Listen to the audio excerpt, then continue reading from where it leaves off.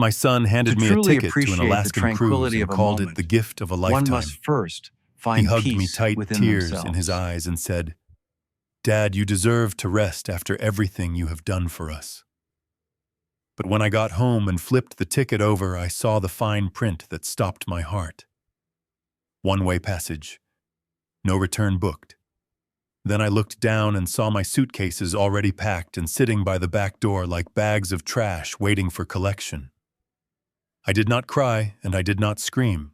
I simply unlocked my phone, opened my banking app, and prepared to teach them that when you throw a structural engineer overboard, you better make sure he does not know how to construct a raft. Before I tell you how I evicted my own son from the house he thought he owned, let me know where you are watching from in the comments. Hit like if you believe respect is earned, not inherited. I stood in the center of my kitchen, the granite island cold under my fingertips. The house was quiet, too quiet, the kind of silence that usually precedes a structural failure. In my hand, I held the glossy envelope Bradley had given me just an hour ago over a lunch that had felt surprisingly rushed. A 7-day cruise to Alaska. The luxury suite. All expenses paid. It sounded like the perfect gesture from a loving son to his widowed father. But as I slid the actual boarding pass out of the sleeve, the reality hit me with the force of a wrecking ball. The return field was blank. It was a one-way ticket to Juneau. I frowned, adjusting my glasses, thinking it must be a printing error. But then I looked up and saw them. 2 large suitcases, my suitcases standing by the service entrance. I walked over to them slowly, my knees feeling like they were made of water. They were not just packed. They were sealed with duct tape. Who packs for a vacation by sealing the luggage shut? I reached out and touched the handle. It was cold. It felt final. This was not a bon voyage gift. This was an eviction notice disguised as a holiday. My heart began to hammer against my ribs, an erratic rhythm of panic and realization. I looked around the house. My house. The house I had bought in Seattle 30 years ago, when the neighborhood was just trees and rain. The house where I had nursed my wife Caroline through her final days. The house where I had raised Bradley. Now standing here, I realized I did not recognize it anymore.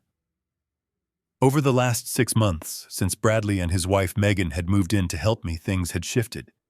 My favorite leather armchair had vanished, replaced by a trendy, uncomfortable beige sofa Megan liked. The photos of Caroline on the mantel had been slowly migrated to drawers replaced by abstract art that looked like spilled coffee. I had stayed silent. I told myself I was being flexible. I told myself that at 67 I should be grateful for the company. But looking at those taped-up suitcases, the silence in my head shattered. I needed to know the truth. I needed to know what was happening when I was not in the room. I pulled my phone from my pocket. My hands were shaking, but my mind was sharpening. It was the engineer in me waking up. 2 months ago, when I noticed small withdrawals from my retirement account that Bradley claimed were bank fees. I had installed a hidden security camera system. I had felt guilty about it at the time, like a paranoid old man spying on his own flesh and blood. Now that guilt evaporated. I opened the app and tapped on the live feed for the living room. The video loaded crisp and clear. There they were. Bradley and Megan were not packing or worrying about my trip. They were popping a bottle of Dom Perignon champagne. The cork flew across the room and hit the portrait of my late wife. Megan laughed. It was a shrill, cruel sound that made my stomach turn. I turned the volume up on my phone, pressing it to my ear, desperate to hear the words that would confirm my worst nightmare. Finally, Megan said, taking a long sip of the expensive wine I had been saving for my 70th anniversary. As soon as that old fossil steps onto that gangway tomorrow morning, I am calling the locksmith. I want the cylinders changed by noon. We cannot risk him getting cold feet and trying to come back. Bradley was pacing, looking at his phone. Do not worry, babe. The lawyer said once he is out of state, it is easier. If he tries to come back, we just say he is confused. We say he got lost. If he gets stranded in Alaska with no return ticket and no active credit cards, social services will have to step in. It builds the case for incompetence perfectly. I stood frozen in my kitchen, the blood draining from my face. They were not just sending me away. They were setting a trap. They wanted me stranded. They wanted me to look helpless so they could legally take control. I watched on the tiny screen as Megan kicked off her heels and put her feet up on the coffee table. "I cannot wait to clear out his den," she said, gesturing around the room that I was currently standing in, though they could not see me. "That room smells like old paper and sadness. I am going to tear out those bookshelves and put in a Peloton and a juice bar. It is going to be my wellness sanctuary, my den. The room where I kept my blueprints, my awards, the letters Caroline wrote to me during the war. She wanted to turn it into a gym. She called my life garbage. I felt a heat rise in my chest, a burning indignation that I hadn't felt in years. I watched my son, the boy I had taught to ride a bike, the man I had bailed out of debt 3 times. I watched him nod in agreement with her. "You are right," Bradley said, and his voice was steady, devoid of any guilt. "He does not need all this space. He is 67. He is practically a vegetable. He sits in that chair and stares at the window all day. He won't even know what hit him. Besides, we need the equity. That loan shark is not going to wait another month. Once we have power of attorney, we can refinance, pay off the debts, and finally live like we deserve." The loan shark. The words hung in the air like toxic smoke. I leaned against the counter, my mind racing back to last week. Bradley had come to me with a stack of papers, smiling that salesman smile. He said it was just a standard medical authorization form, just in case I got a cold on the cruise. He said it was to help me. I had almost signed it. I had the pen in my hand. But the phone rang, and I put it down. I never signed it. They didn't know that.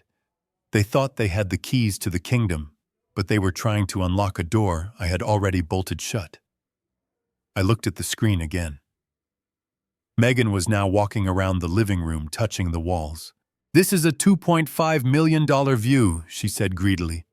"And it is wasted on him. He does not even appreciate it. He just talks about structural integrity and foundation settling. God, he is boring. Well, after tomorrow, he is Alaska's problem." Alaska's problem. I lowered the phone. My hand was steady now. The trembling had stopped. The sadness had been replaced by a cold, hard clarity. They thought I was a senile old man, a vegetable staring out the window. They had forgotten that before I retired, I was the lead engineer for the city's largest infrastructure projects. I built bridges that withstood earthquakes. I designed foundations that held up skyscrapers. I knew how to spot a crack in the concrete, and I knew exactly how to bring a structure down when it was condemned. And my relationship with my son, it was condemned. I looked at the ticket again. One way. They wanted me to go on a trip. Fine. I would go on a trip, but not the one they planned. I looked at the suitcases by the door. They were packed with my old clothes, the ones Megan hated. They expected me to pick them up, get in the taxi tomorrow, and vanish into the fog. They expected the old Tobias, the quiet father, the grieving widower. But that man died the moment I heard my son call me a vegetable. I walked over to the sink and poured myself a glass of water. I needed to think. I needed a plan. They had the element of surprise, or so they thought, but I had the home field advantage. I knew this house better than they did. I knew where the deeds were hidden. I knew the codes to the safe that they had been trying to crack for weeks. And most importantly, Auchon, I knew something they didn't. The house wasn't in my name anymore. Years ago, after Caroline passed, I had quietly moved the property into a trust, a revocable living trust, and the terms were very specific. If I was deemed incapacitated, the successor trustee would take over. But if I was of sound mind, I had total control. And the most beautiful clause in that trust was the behavior clause. Any beneficiary who acted with malice or attempted to defraud the grantor would be automatically disinherited. I smiled. It was a grim, tight smile. Bradley thought he was refinancing my house to pay his loan shark. He was about to find out he was trying to mortgage a mirage. But I couldn't reveal my hand yet. If I confronted them now, they might get desperate. Desperate people do dangerous things. I had heard them mention loan sharks. That meant physical danger. I needed to be smart. I needed to buy time. I needed to get them out of the house legally and permanently. I checked the time. It was 4 p.m. They were expecting me to come out of my room eventually, grateful and excited about the trip. I had to give them the performance of a lifetime. I splashed water on my face and rubbed my eyes to make them look red and teary. I practiced a hunched posture in the reflection of the microwave. I needed to look frail. I needed to look like the vegetable they thought I was. I walked out of the kitchen and into the living room. The champagne bottle was quickly hidden behind a cushion, but the smell of alcohol was strong. Megan jumped up, smoothing her dress, putting on a fake, bright smile. Dad Bradley exclaimed, his voice jumping an octave. "We didn't hear you come in. We were just getting things ready for your big day." I looked at him. I looked at the son I had held in my arms when he was a baby. I saw the sweat on his forehead, the shifting of his eyes. He was terrified and greedy all at once. "Thank you, son," I said, making my voice tremble slightly. I saw the suitcases. It really is happening, isn't it? I'm going to Alaska." Megan walked over and patted my arm. Her touch made my skin crawl. "Yes, Tobias. It is going to be magical. The glaciers, the whales. You are going to have so much peace. You need peace." Peace. She meant silence. She meant my absence. "I am just so overwhelmed," I said, letting a tear fall. "You two have done so much. Packing for me. Buying the ticket. I don't know how to repay you." "Oh, Dad, don't worry about that," Bradley said, exchanging a quick, triumphant glance with Megan. "We are family. That is what we do, but actually, since you mentioned it, there was that one paper we talked about. The medical form for the cruise. It would really put our minds at ease if you signed it before you left tomorrow, just so we know you are safe." I paused. I let the silence stretch. I saw them holding their breath. "Of course," I said. "I will sign anything you need, but not right now. I am feeling a bit dizzy. All this excitement. Can we do it tonight? Maybe after a nice farewell dinner." Bradley let out a breath he had been holding. "Tonight is perfect, Dad. We will order from that Italian place you like. A big celebration." I nodded and shuffled back towards the hallway. "I'm going to rest my eyes for a bit," I said. "Wake me when the food comes." I walked back to my bedroom and closed the door. I locked it.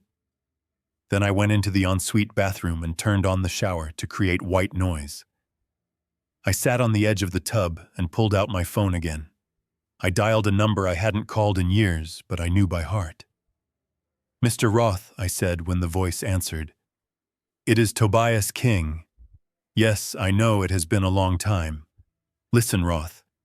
I need you to activate the King protocol. Yes, the nuclear option.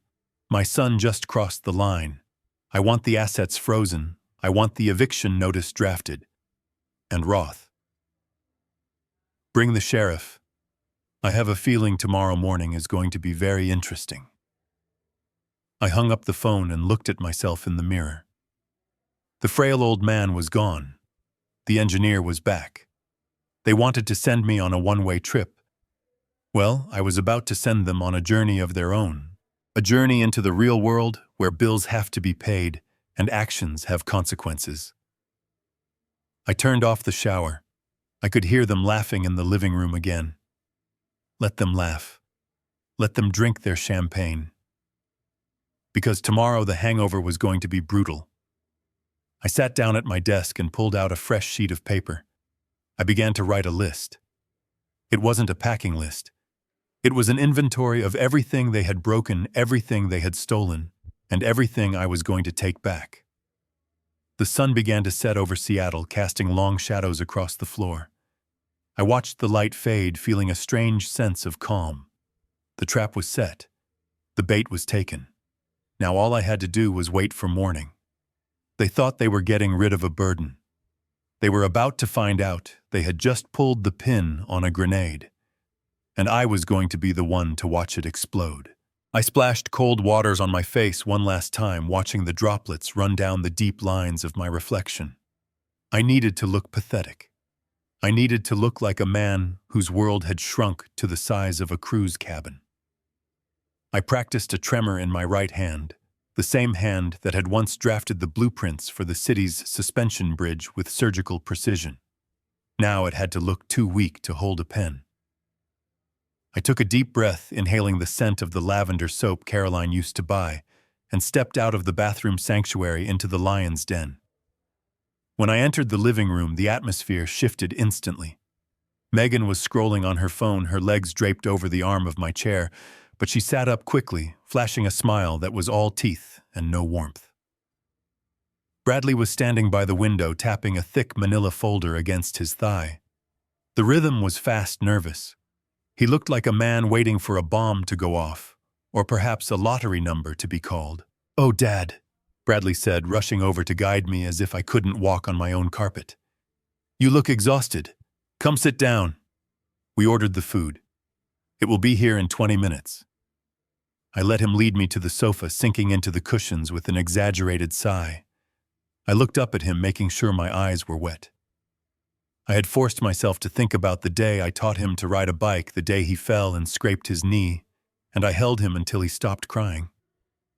It was easy to cry when you realized that little boy was dead and gone, replaced by this stranger in a designer suit he couldn't afford. "Thank you, son," I said, my voice cracking perfectly. "I really mean it. I was just in there thinking about everything. Alaska. I never thought I would get to see it. Your mother and I always talked about it, but we never had the time. And now, you doing this for me? It is just overwhelming." I pulled a handkerchief from my pocket and dabbed at my eyes. I saw Megan roll her eyes from the periphery of my vision, but Bradley ate it up. He patted my shoulder, his touch heavy and condescending. "You deserve it, Dad," he said, his voice dripping with false sincerity. "You have worked hard your whole life. It is time you let us take care of you. You know, make the hard decisions so you do not have to." There it was, the pivot.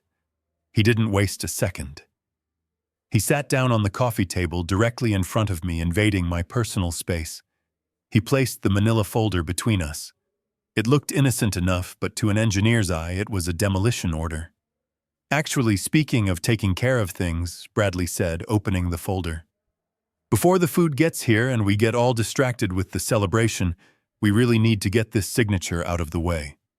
It is just that medical authorization I mentioned." He clicked a pen, a Mont Blanc I had given him when he graduated business school, and held it out to me. The irony was sharp enough to cut glass. He was using the pen I bought with my hard-earned salary to sign away my life's work. I leaned forward, squinting. I did not need glasses to read, not really. My vision was 20/20, but they didn't need to know that. I reached for the papers, my hand trembling just enough to make the paper rattle. "Medical forms," I muttered, flipping the cover page. "Of course. Safety first." I scanned the document. It was formatted to look like a standard liability release, the kind you sign before a surgery. But the legal jargon was unmistakable. It wasn't about medical consent. It was a durable power of attorney with an immediate activation clause. Buried in paragraph 4, hidden under dense text about incapacity, was a phrase that gave him the right to liquidate assets, including real estate, without further consultation. He wasn't waiting for me to get sick. This document declared that I was already incompetent to manage my affairs. If I signed this, he wouldn't need to wait for me to die or get lost in Alaska. He could sell the house the minute I walked out the door. My blood boiled hot and fast, but I forced my breathing to remain shallow and wheezy. I looked up at him, keeping my expression vacant and confused. "This is a lot of words, Bradley," I said, pushing the glasses I had pulled from my pocket down my nose. "It says here, transfer of assets. Why does a cruise ship need to know about my assets?" Bradley stiffened. Megan stopped looking at her phone. The air in the room grew thin. "Oh, that," Bradley laughed, a nervous, high-pitched sound. "That is just standard legal boilerplate, Dad. You know how lawyers are. It just means that if you, God forbid, have a heart attack on a glacier, and we need to pay for a helicopter to airlift you, I can access your account to pay the bill immediately. We do not want you stranded because of a banking error, do we?" It was a lie so clumsy it was insulting, but I nodded slowly, as if processing difficult information. I see, I said. "That makes sense. You are always thinking ahead, Bradley, just like your old man." I took the pen from him. I brought the tip down to the signature line. I saw his eyes widen, his pupils dilating with greed. He was practically vibrating. He was already spending the money. He was already remodeling my den. I pressed the pen to the paper, but instead of signing, I let my hand spasm. I dropped the pen. It clattered onto the hardwood floor and rolled under the sofa. "Oh, Butterfingers," I said, clutching my chest. "I am sorry, I am feeling a little lightheaded.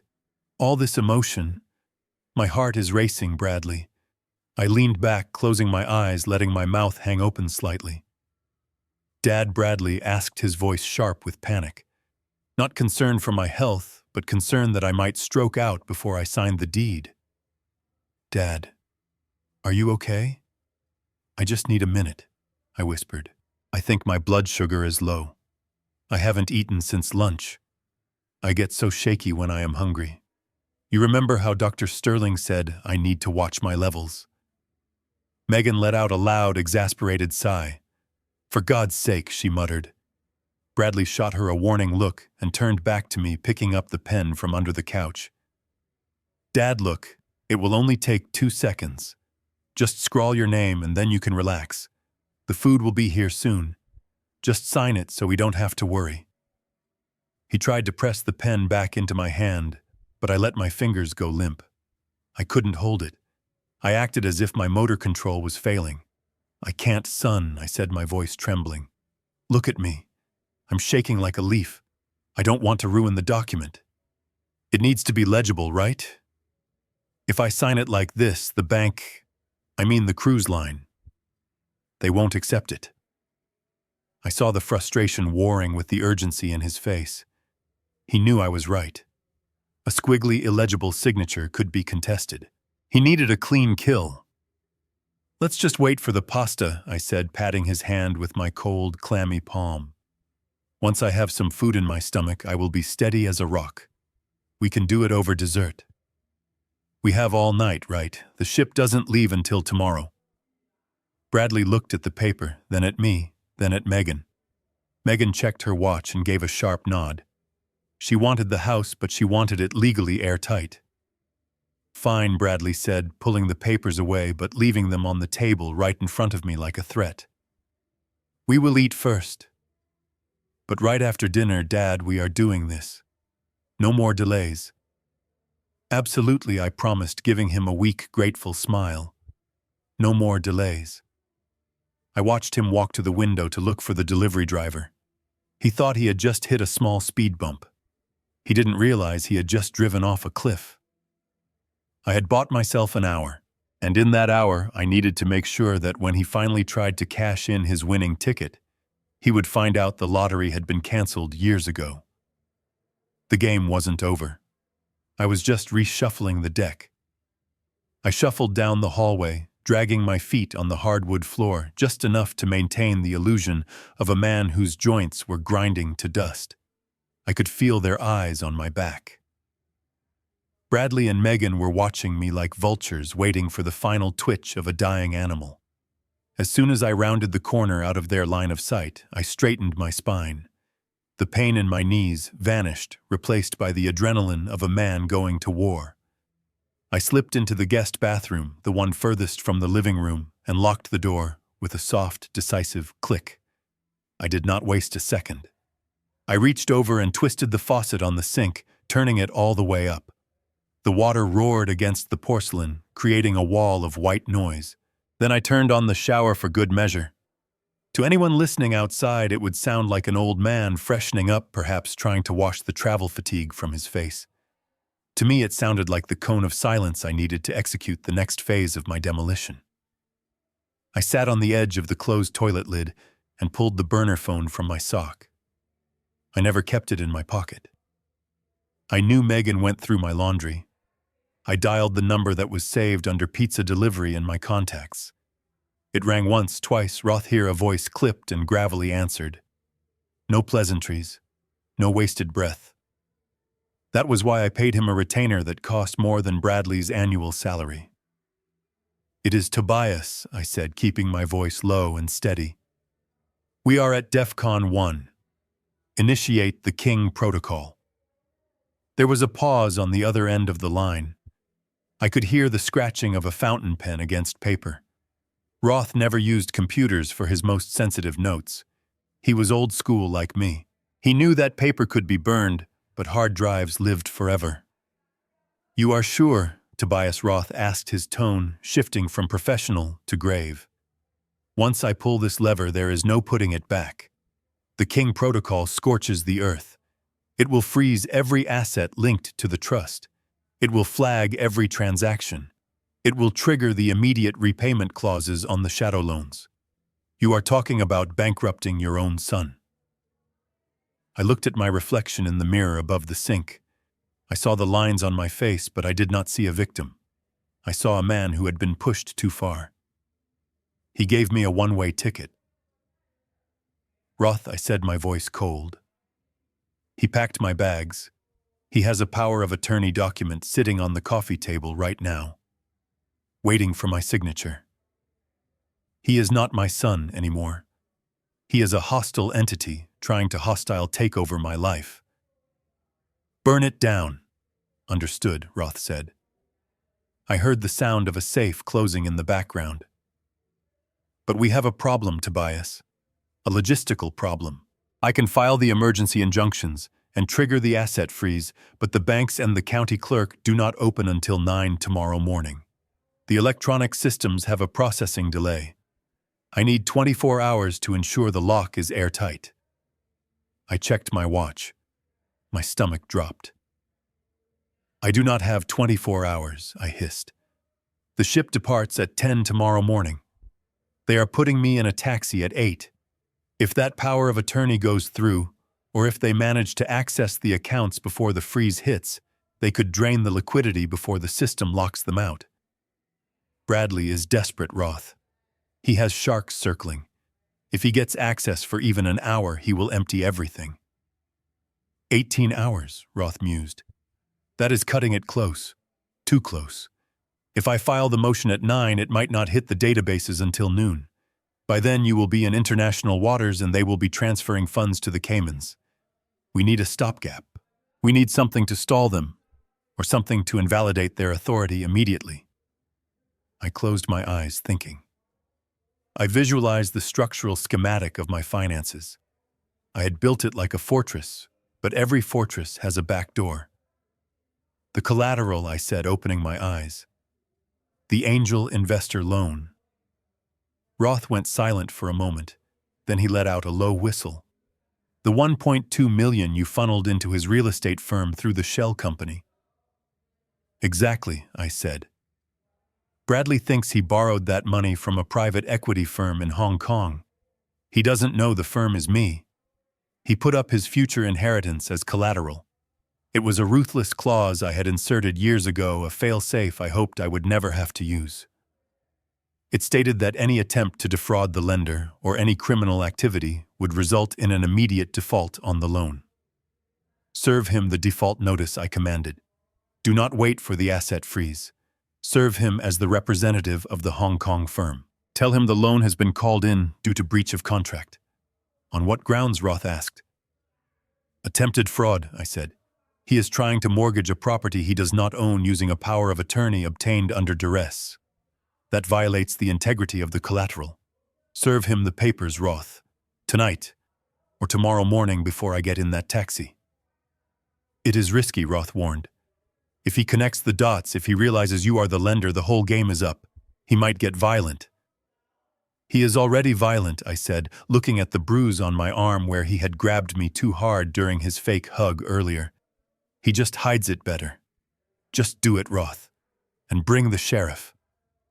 I want him out of my house. I want the locks changed.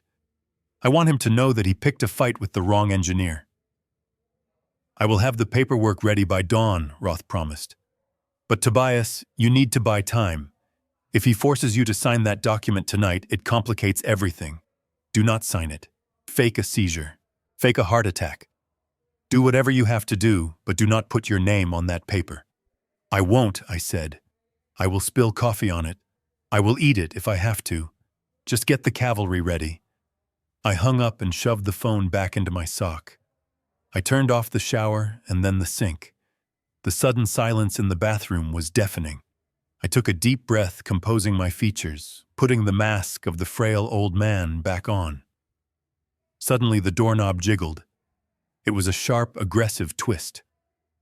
Dad Bradley's voice came through the wood, muffled but impatient. Dad, are you okay in there? You have been in there a long time. The food is here. My heart hammered against my ribs. Had he heard me? Had the water been loud enough? I coughed a wet hacking sound I had perfected over the last hour. I am coming, son. I wheezed loud enough for him to hear. Just stomach trouble. Old plumbing, you know. I heard him sigh on the other side of the door. A sound of disgust. Well, hurry up, he said. The pasta is getting cold, and we have work to do. I unlocked the door and opened it. Bradley was standing there, arms crossed, tapping his foot. He looked at me with a mixture of annoyance and suspicion. I looked back at him, blinking confusedly, wiping a fake tear from my eye. Sorry, son, I mumbled, shuffling past him. Digestion isn't what it used to be. He watched me walk towards the kitchen, his eyes narrowing. I could feel the clock ticking down. 18 hours. I just had to survive 18 hours in a house with two people who wanted to erase my existence. I walked to the table where the smell of garlic bread and betrayal hung heavy in the air. I sat down ready to play the game of my life. The lasagna sat before me like a brick of red clay, steaming and unappetizing. I picked up my fork, my hand trembling with a practiced rhythm I had perfected over the last hour. I poked at the cheese, watching the grease pool on the surface. Across the table, Bradley was not eating. He was vibrating. His leg bounced up and down under the table, shaking the silverware, a constant irritating percussion that signaled his desperation. He had barely touched his wine. His eyes were fixed on me, or rather on my hands. He was watching my motor skills with the intensity of a hawk circling a field mouse. Dad Bradley said, his voice tight. Stop playing with your food. You said you would sign the papers after dinner. Well, it is after dinner, technically. We are eating. That counts. I looked up at him, slowly chewing a piece of bread with agonizing slowness. I swallowed, making a show of it being difficult. I am just trying to get some energy back, son. I said, my voice thin and raspy. The shower took a lot out of me. And this heat. Is the thermostat up? I feel very warm. Megan let out a sharp breath through her nose. She was sitting to my left, picking olives out of her salad with surgical precision. She didn't look at me. She looked at her phone, then at the clock on the wall, then at Bradley. Her eyes were hard, flinty stones. It is 70 degrees, Tobias, she snapped. It is perfect. Just sign the damn paper so we can all go to bed. I have to be up at 6 to make sure you do not miss your ride. Right, Bradley said, reaching under his chair. He pulled out the manila folder again. It looked heavier now, weighted down by his greed and my impending doom. He cleared a space on the table, shoving the basket of garlic bread aside so forcefully that a piece fell onto the floor. He didn't even look at it. He slapped the document down in front of me. It was the original. I could tell by the heavy cream-colored bond paper and the raised seal of the notary he must have bribed or tricked earlier in the week. Here, he said, clicking the Mont Blanc pen again. Sign. Right there next to the yellow sticky note. Do not read it again. You already read it. Just sign. I looked at the paper. The text was dense, a wall of legal terms designed to strip a man of his dignity and his dominion. I saw the words irrevocable and immediate transfer. He wasn't just taking charge. He was erasing me. I reached for the pen, but then I pulled my hand back, clutching my chest again. I need something to wash this bread down, I wheezed. My throat is so dry. Bradley. Could I have a cup of coffee? Just a small one. Black. To wake me up. I don't want to sign the wrong line because I'm sleepy. Bradley slammed his hand onto the table. The plates rattled. Coffee now, Dad. It is 8 o'clock at night. You will be up all night peeing. Just sign the paper. I shrank back into my chair, making myself look small and terrified. Please, son, I whispered. Just a small cup. My hands, they feel cold. The warmth helps the joints. You know how my arthritis gets. I can't hold the pen if my fingers are locked up. Bradley looked like he was about to scream, his face turning a shade of plum that clashed with the dining room walls. But he caught Megan's eye. She gave a microscopic nod. She understood the leverage. If coffee got the signature, get the coffee. Fine, Bradley hissed through gritted teeth. Megan, get him a coffee. Megan stood up, her chair scraping violently against the floor. She marched to the kitchen. I heard the aggressive clatter of a mug being slammed onto the counter, the hiss of the Keurig machine. It sounded like a steam engine releasing pressure. While she was gone, Bradley hovered over me. He put his hands on the back of my chair, leaning in close. I could smell his cologne, expensive and overpowering, trying to mask the scent of fear, sweat. Do not mess this up, Dad, he whispered, his voice low and menacing. I am doing this for you. But my patience has limits. You sign this, and tomorrow you are on a luxury liner eating shrimp cocktails. You don't sign and, well, life gets very complicated for a confused old man living alone. It was a threat, plain and simple. I stared at the document, memorizing the layout. I needed to know exactly where the signature line was so I could target the destruction zone. Megan returned. She shoved a steaming mug of black coffee in front of me. It was filled to the brim, the dark liquid trembling with surface tension. It was scalding hot. Perfect. There, she said. Drink. Then sign. I wrapped my hands around the mug. It burned my palms, but I welcomed the pain. It focused me.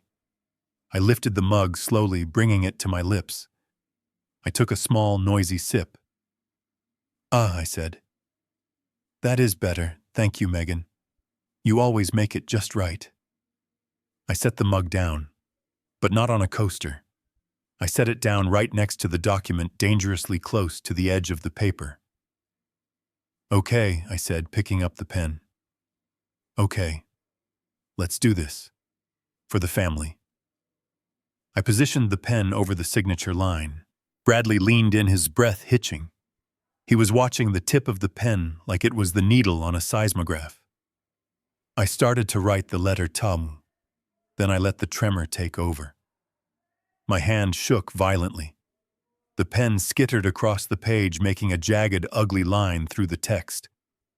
Oh no, I cried out. My hand, it is cramping. In the confusion, I flailed my arm. My elbow, moving with the calculated force of a hydraulic piston, struck the coffee mug. It wasn't a spill. It was a tidal wave. The mug tipped over and 8 ounces of scalding black coffee flooded the table.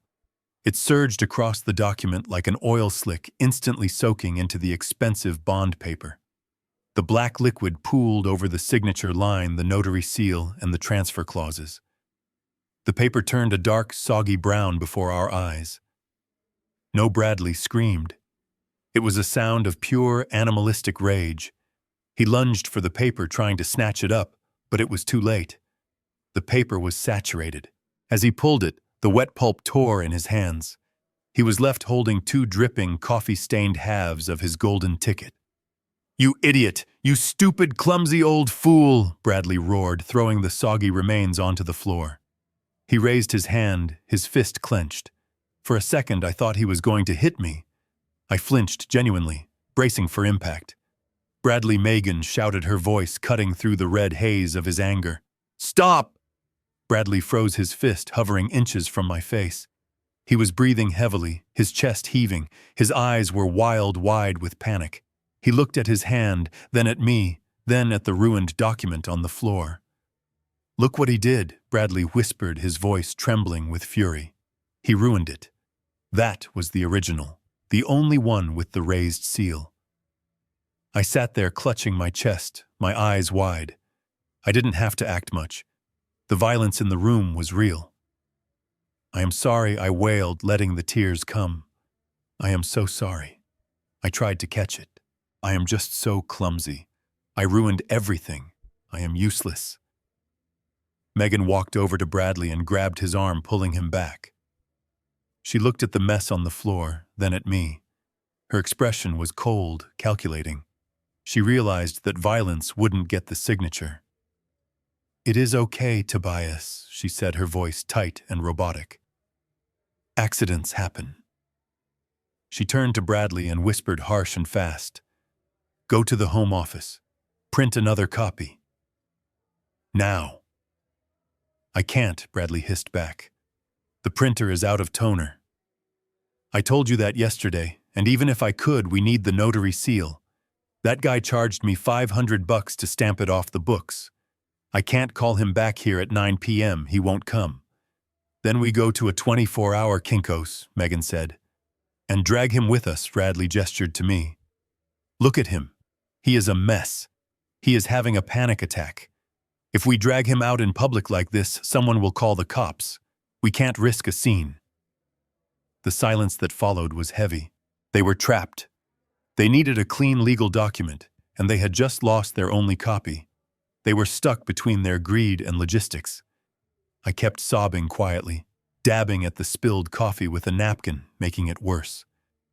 "I will pay for a new paper," I blubbered. "I have some cash in my wallet. I am so sorry." Bradley looked at me with pure hatred. He ran his hands through his hair, pulling at the roots. "Fine," he spat. "Fine. We will do it in the morning." "Morning?" Megan asked, her eyes narrowing. "The taxi comes at 8. "We have time," Bradley insisted, trying to convince himself.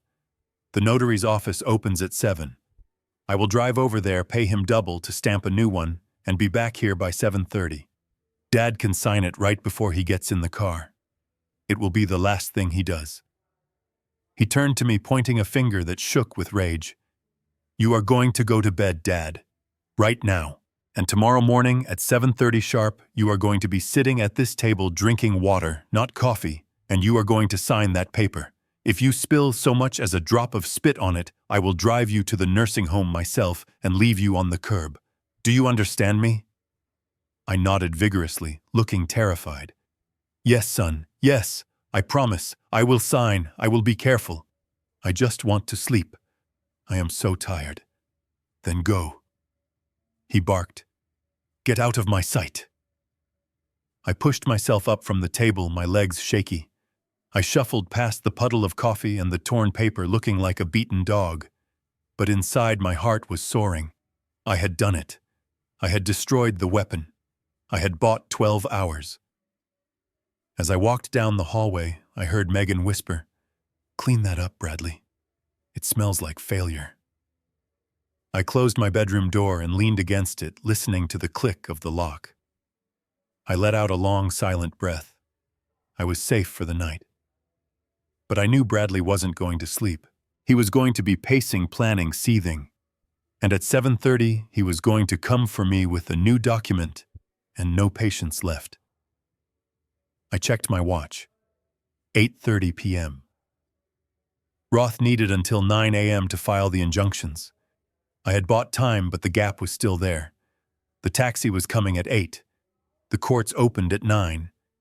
There was still a 1-hour window where I would be vulnerable. I needed to close that gap. I needed one more move. I looked at the window. The streetlights were flickering on.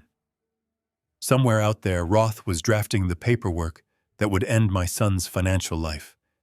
And somewhere else, a loan shark was checking his calendar, waiting for a payment that Bradley was never going to make. I walked to my suitcase and unzipped the lining. I pulled out the small fireproof box I kept hidden there. Inside were the bonds, the real ones, not the collateral Bradley thought he had. I looked at them. $500,000. Enough to start over. Enough to disappear if I had to. But I wasn't going to disappear. I lay down on the bed fully clothed. I wasn't going to sleep. I was going to wait for the sunrise. And when the sun came up, I was going to introduce my son to the consequences of his actions. The coffee stain on the floor would be the least of his problems. Tomorrow, the stain would be on his record, permanent and indelible. I closed my eyes and visualized the bridge I was about to burn. It was going to be a magnificent fire.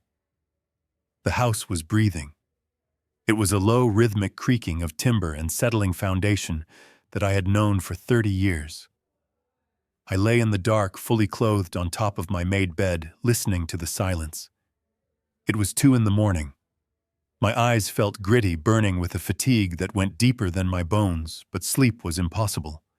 My mind was an architectural diagram of the next 6 hours, calculating variables, estimating load capacities, checking for structural weaknesses. I was not sleeping because I was on watch. I was guarding the perimeter of my own life. Then I heard it. A sound that did not belong to the house. It wasn't the wind or the furnace. It was the distinct, crinkling snap of a heavy-duty plastic trash bag being shaken open. It came from the hallway. I froze. My breath caught in my throat. Bradley and Megan's room was on the other side of the house. They should have been asleep, dreaming of the money they were going to spend. I slowly sat up, my joints popping in the quiet room. I slid off the bed, my socks silent on the carpet. I crept toward the door, which I had left cracked open just an inch. The hallway light was on, but dim. A shadow moved across the sliver of illumination. It was jerky, frantic. I pressed my eye to the gap. It was Megan. She was wearing a silk robe that cost more than my first car, and she was moving with a manic energy. She wasn't getting a glass of water. She was cleaning, but it wasn't the kind of cleaning that involves a duster and polish. It was a purge. She was standing in front of the hallway console table, the one Carolyn had refinished herself the summer before she got sick. Megan held a large black contractor bag open with one hand. With the other, she was sweeping things off the surface. The porcelain shepherdess Caroline loved. The framed photo of us at the Grand Canyon. The small crystal bowl where I kept my keys. She swept them into the bag with a careless backhand motion. There was no hesitation, no inspection. Just a dull thud as the items hit the bottom of the plastic sack. I felt a phantom pain in my chest, as if someone had reached inside and squeezed my heart. Those weren't just objects. They were the artifacts of a marriage. They were the physical proof that Carolyn had existed, that she had been happy here. Megan moved down the hall, dragging the bag behind her. She stopped at the wall of family photos. I watched, paralyzed by a horror that was colder than fear. She reached up and pulled down the portrait of Carolyn and me on our wedding day. She looked at it for a second, her lip curling in a sneer. "Ugh," she whispered, her voice carrying in the stillness. "So tacky. Those frames are hideous." She didn't take the photo out. She didn't save the memory. She dropped the entire frame into the bag. Glass shattered. The sound was like a gunshot in the quiet house. I flinched, my hand gripping the doorknob so hard my knuckles turned white. I wanted to burst out there. I wanted to grab her by her expensive silk robe and throw her out the front door. I wanted to scream until the windows rattled. How dare she? How dare she erase my wife before my body was even cold? This was desecration. It was grave robbing while the corpse was still breathing. But I stopped myself. The engineer in me took over. If I went out there now, I would lose. I would lose my temper and Bradley would wake up. They would see an angry, violent old man.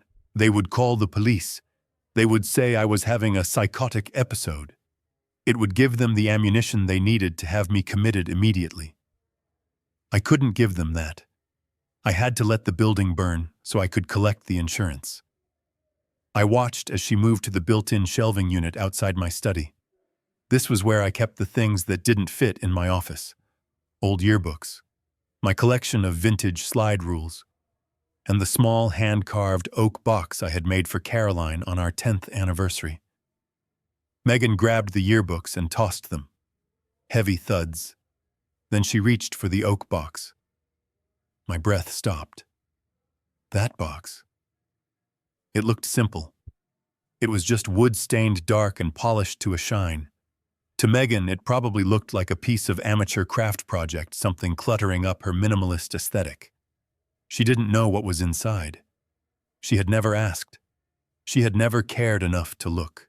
She picked it up, weighing it in her hand. It was heavy. Junk, she muttered.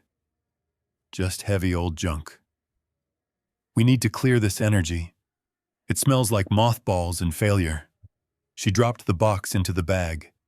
It hit the broken glass of the picture frame with a sickening crunch.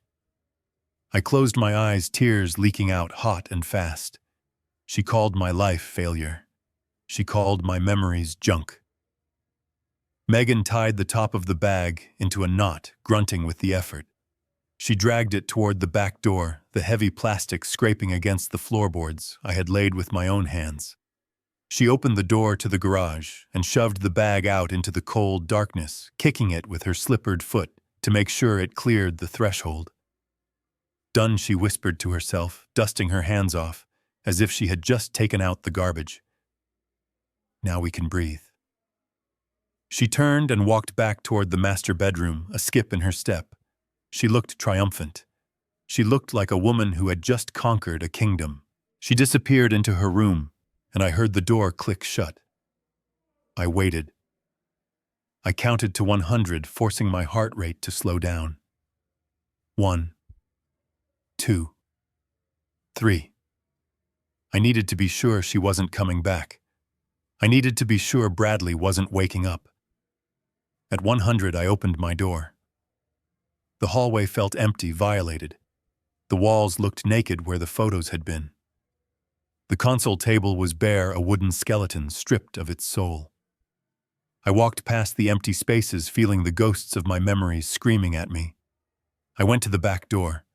My hands were shaking, not from age, but from a rage so pure it felt like ice in my veins. I unlocked the door and stepped into the garage. The concrete was freezing against my socks, but I didn't care. The black bag sat there, a lumpy, shapeless mass in the shadows. It looked like a body bag. In a way, it was. I knelt down on the cold floor. I untied the knot Megan had made. The plastic opened with a rustle that sounded too loud. I reached inside. I felt the sharp edges of the broken glass first. It cut my finger, a small stinging slice, but I ignored it. I pulled out the wedding photo. The glass was shattered over Carolyn's face, a spider web of cracks obscuring her smile. I carefully brushed the shards away. The photo underneath was dented, but intact. I pressed it to my chest, closing my eyes, apologizing to her in the dark. I am sorry, Carrie. I am so sorry I let them in. I set the photo aside and reached back in. I felt the porcelain shepherdess, now headless. I felt the yearbooks. And then at the bottom, wedged under a heavy book, I felt the smooth, polished wood of the oak box. I pulled it out. It was scratched on the side where it had hit the glass, a deep gouge in the finish I had lovingly applied 40 years ago. I ran my thumb over the scratch. It was a scar. Another one to add to the list. I sat back on my heels and opened the lid. The hinges creaked softly. Inside, the velvet lining was undisturbed, and resting there beneath a layer of old letters were the bonds. Megan thought she was throwing away trash. She thought she was clearing out old sentimental clutter. She didn't know that she had just tossed $500,000 into the garbage. These were Series EE savings bonds and bearer bonds I had bought decades ago, back when I was a young engineer making good money and looking for a safe place to store it for the future. I had bought them for us, for our retirement. Then after Carolyn died, I kept them for the grandchildren I hoped to have. I kept them in this box because it was the one place I knew was safe. It was the box I made for the woman I trusted with my life. I stared at the paper certificates. They were crisp, official, and worth more than the equity in the house Bradley was trying to steal. $500,000. Tax-free. Untraceable to anyone who didn't know they existed. Megan was so blinded by her hatred of the past, so obsessed with her modern aesthetic, that she hadn't even bothered to open the lid. Her arrogance had cost her $500,000. She had literally thrown away her future because she couldn't see the value in my past. I closed the box. The latch clicked. It was the sound of a vault locking. I stood up, clutching the box and the wedding photo. I left the rest in the bag. The broken porcelain, the yearbooks. They were just things. The memories were in my head. But the box was power, and the photo was my conscience. I tied the bag back up. I left it exactly where she had put it. Let her think she had won. Let her think she had successfully erased me. I walked back into the house, locking the door silently behind me. I went to my room and opened my suitcase. I moved the stack of undershirts Megan had packed, the cheap ones, and placed the oak box at the very bottom. I cushioned it with my socks. Then I placed the wedding photo on top of it, face down, protecting it. I looked at the time. 3:15. The sun would be up in 3 hours. The notary would open in 4. The taxi would be here in 5. I sat on the edge of the bed and looked at the empty space on the wall where the photo used to be. It looked like a missing tooth. It looked ugly. But as I stared at the blank spot, a calm settled over me. It was the calm of a demolition expert who has just wired the final charge. I wasn't sad anymore. The grief had been burned away by the sheer audacity of her cruelty. She called my life trash. She threw my wife into the garbage. Fine. If she wanted to treat me like garbage, she was about to find out what happens when you leave volatile materials out in the sun. Spontaneous combustion. I lay back down, pulling the quilt up to my chin.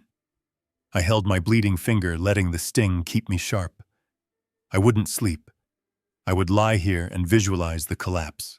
I would imagine the look on her face when she realized that the trash she threw out was the only life raft she had. The house creaked again, but this time it didn't sound like it was settling. It sounded like it was groaning under the weight of the lies inside it. It sounded like it was ready to break, and I was the only one who knew where the cracks were.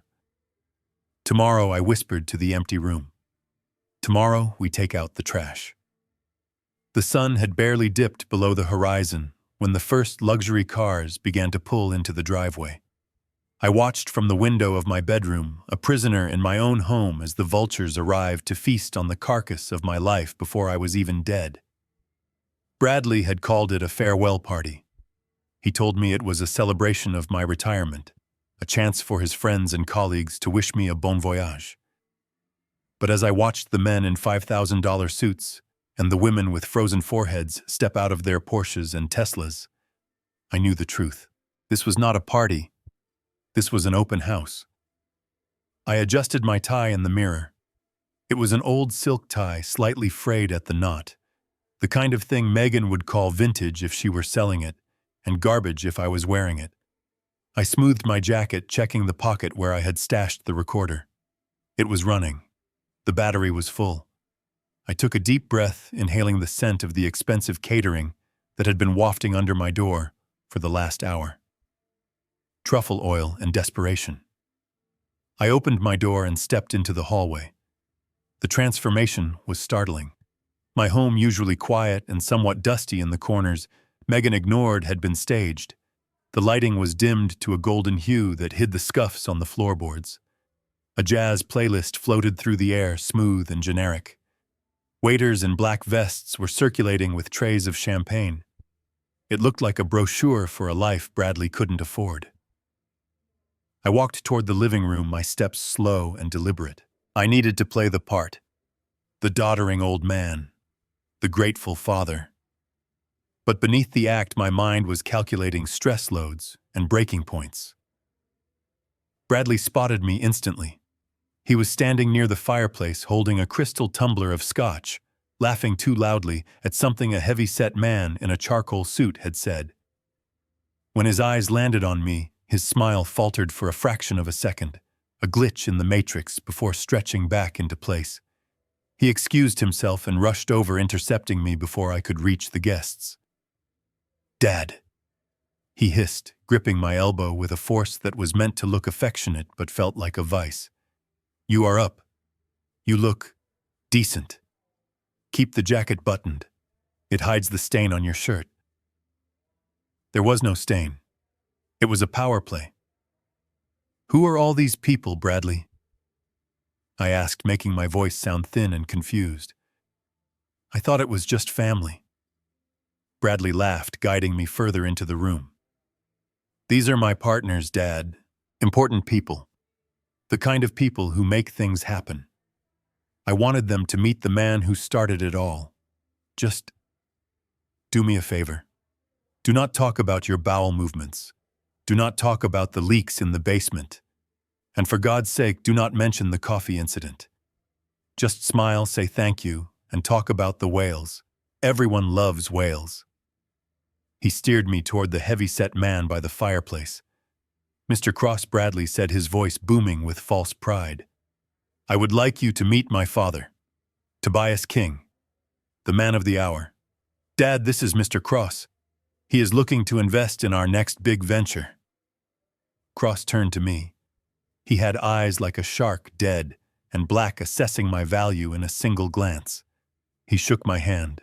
His grip was wet and limp. "A pleasure," Mr. King, Cross said.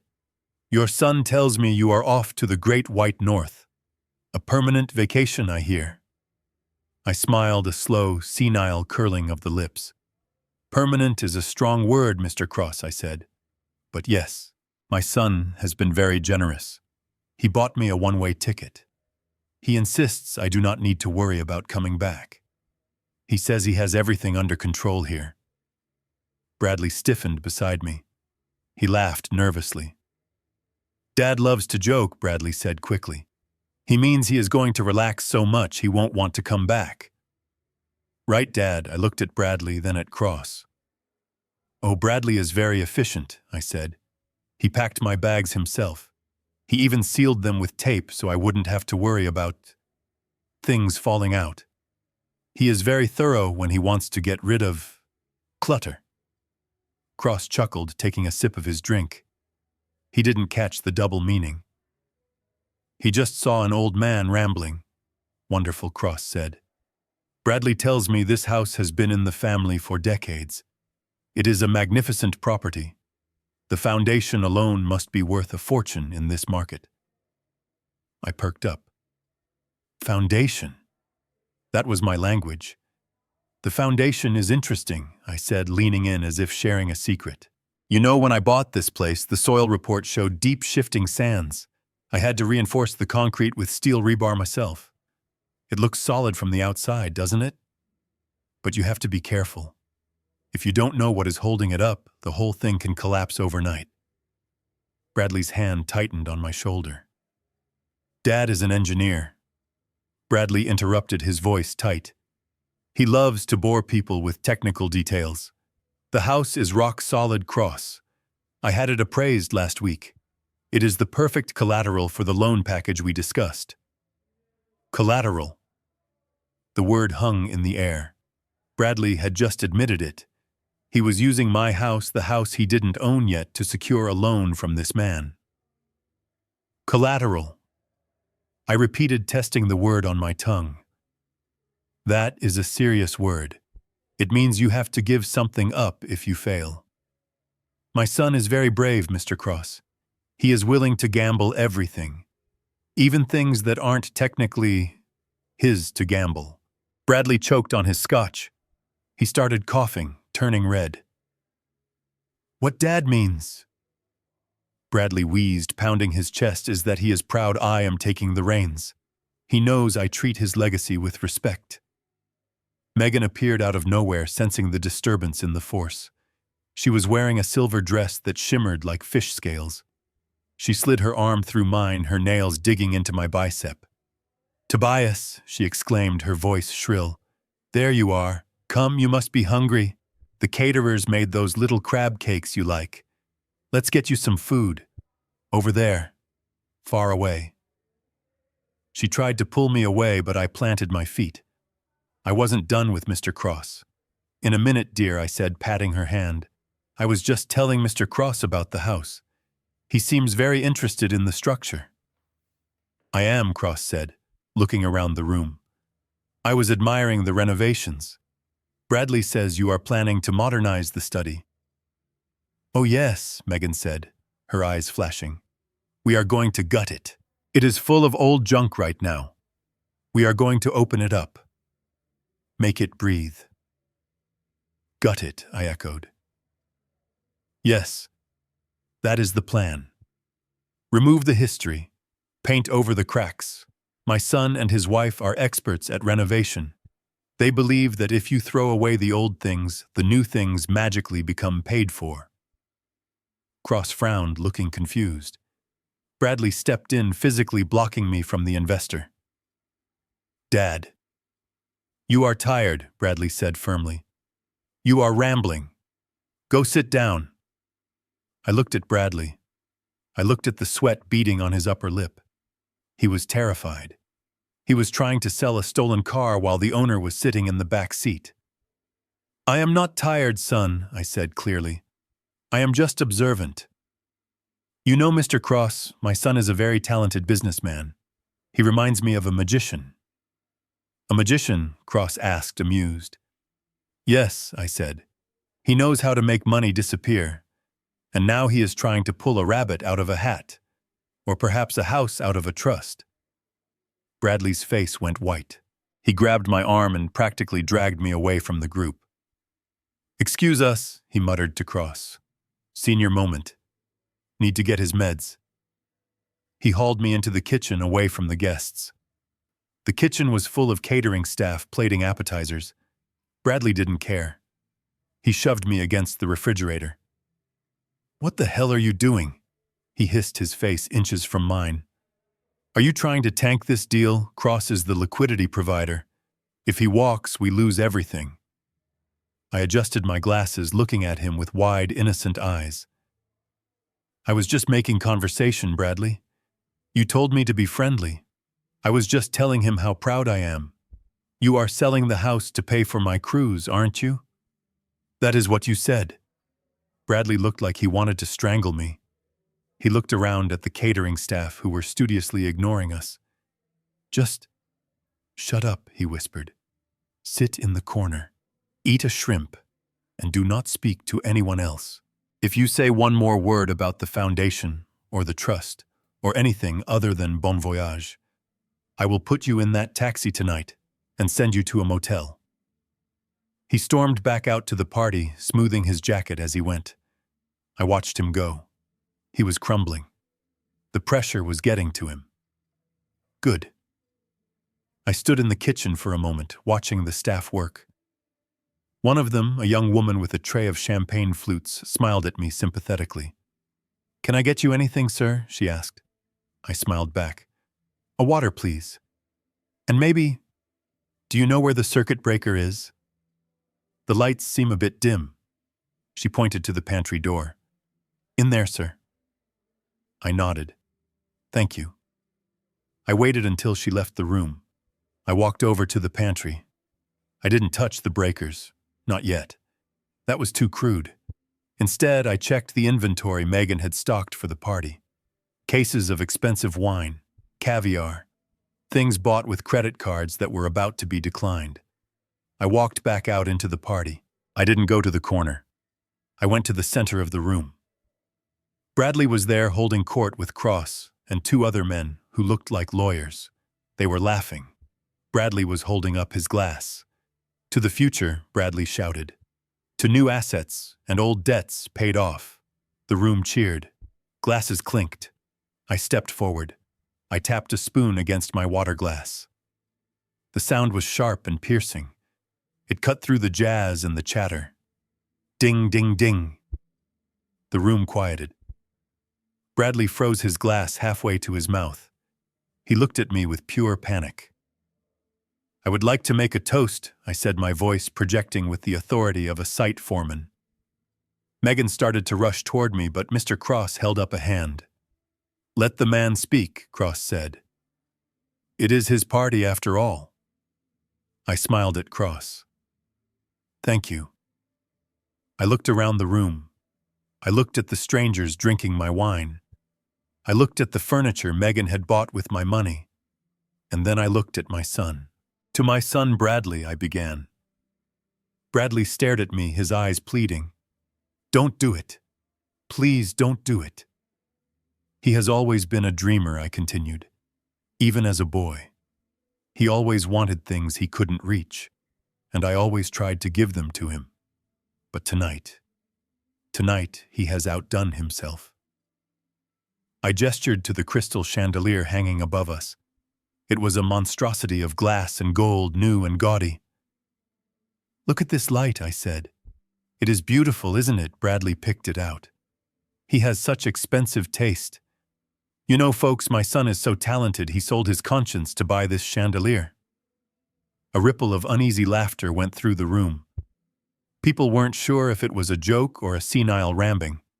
But seriously, I went on, my voice hardening just a fraction. He is sending me on a trip tomorrow. A very long trip. He says it is for my health.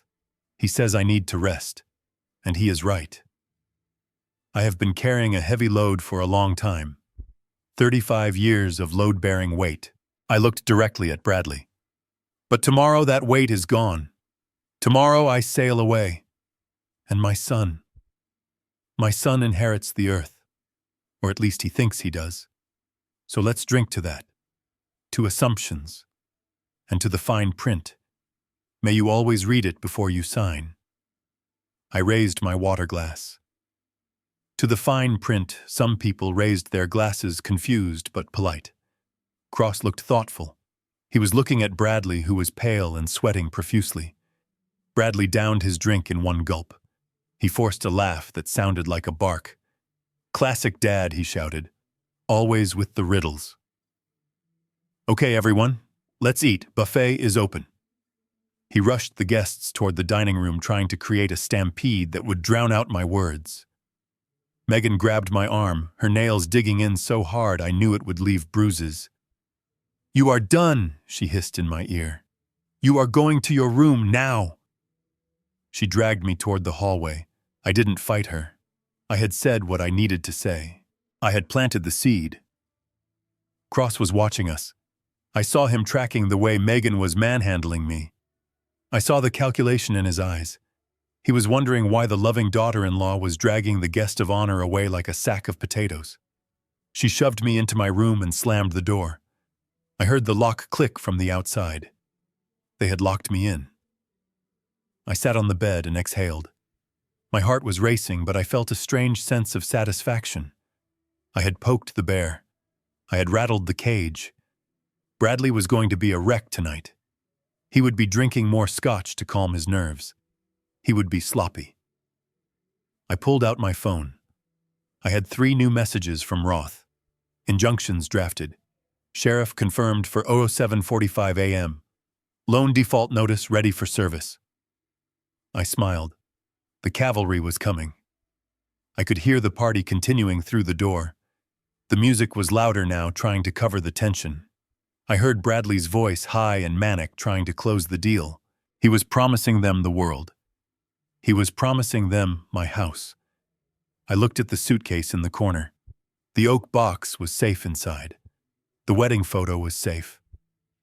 Let them party, I thought. Let them dance on the deck of the Titanic.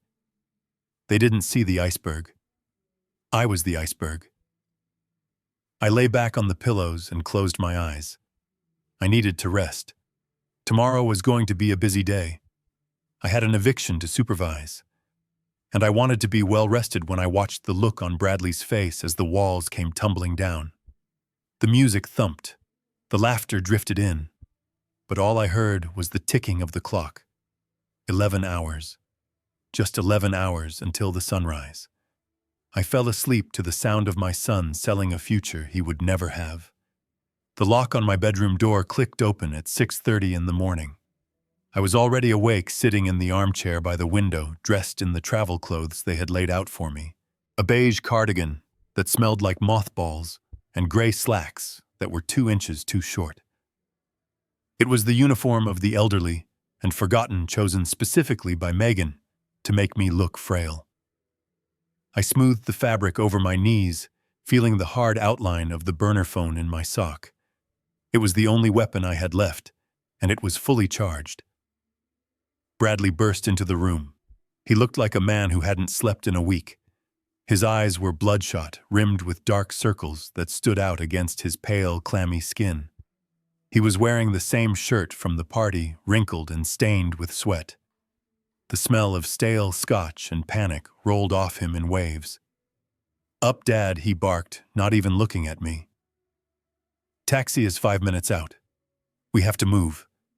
He didn't ask how I slept. He didn't ask if I was hungry. He just grabbed the handle of my suitcase, the one with the oak box and the bonds hidden inside, and yanked it toward the door. The wheels squeaked in protest. I stood up slowly, leaning heavily on the cane I didn't actually need. "Good morning, son," I said, my voice raspy. "Is it time I didn't hear the alarm?"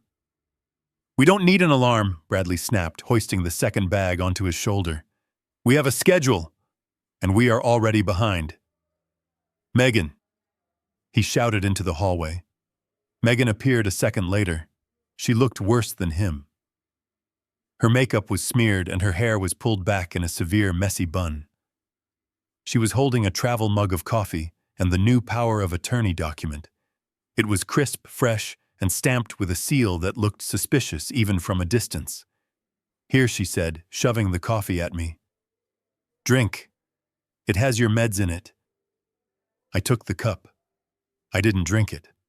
I pretended to sip, letting the liquid barely touch my lips before pulling it away. I knew what was in there. Probably enough sedatives to knock out a horse. They wanted me pliable for the ride.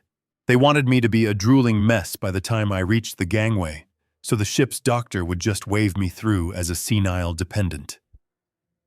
"The notary opens in 20 minutes, Bradley said, checking his watch. "We are going to stop there on the way to the port. You are going to run in, sign the book, sign the paper, and then we go. No coffee spills, no shaking hands.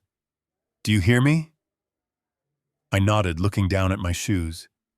"Yes, Bradley. Whatever you say. I just want to get on the boat." "Good," he grunted. "Let's go." They flanked me like prison guards escorting an inmate to the electric chair. Bradley on my left, Megan on my right. They each took an elbow and marched me down the hallway. I looked at the bare walls where the photos used to be. The pale rectangles of unfaded paint looked like tombstones marking where my memories had died. We reached the living room. The remnants of the party were still there. Half-empty glasses on the mantelpiece. A stain on the rug where someone had dropped a canapé. The house felt dirty. It felt used. It felt like a crime scene that hadn't been taped off yet. The sound of a car horn honking cut through the morning air. 2 short blasts. "Taxi is here," Megan said, her voice jumping with excitement. "Oh, thank God." Finally, she practically ran to the front door and threw it open. The morning air rushed in cold and damp, smelling of the Puget Sound and impending rain. A yellow cab was idling at the curb, its exhaust puffing white clouds into the gray sky. The driver, a man in a turban who looked bored, popped the trunk. Bradley dragged the suitcases out to the porch. He didn't carry them. He dragged them, letting the expensive leather scrape against the brick steps. He hauled them down the walkway and threw them into the trunk of the taxi. "Get in, Dad," Bradley yelled from the sidewalk. "Come on, chop chop." I walked to the threshold of the front door.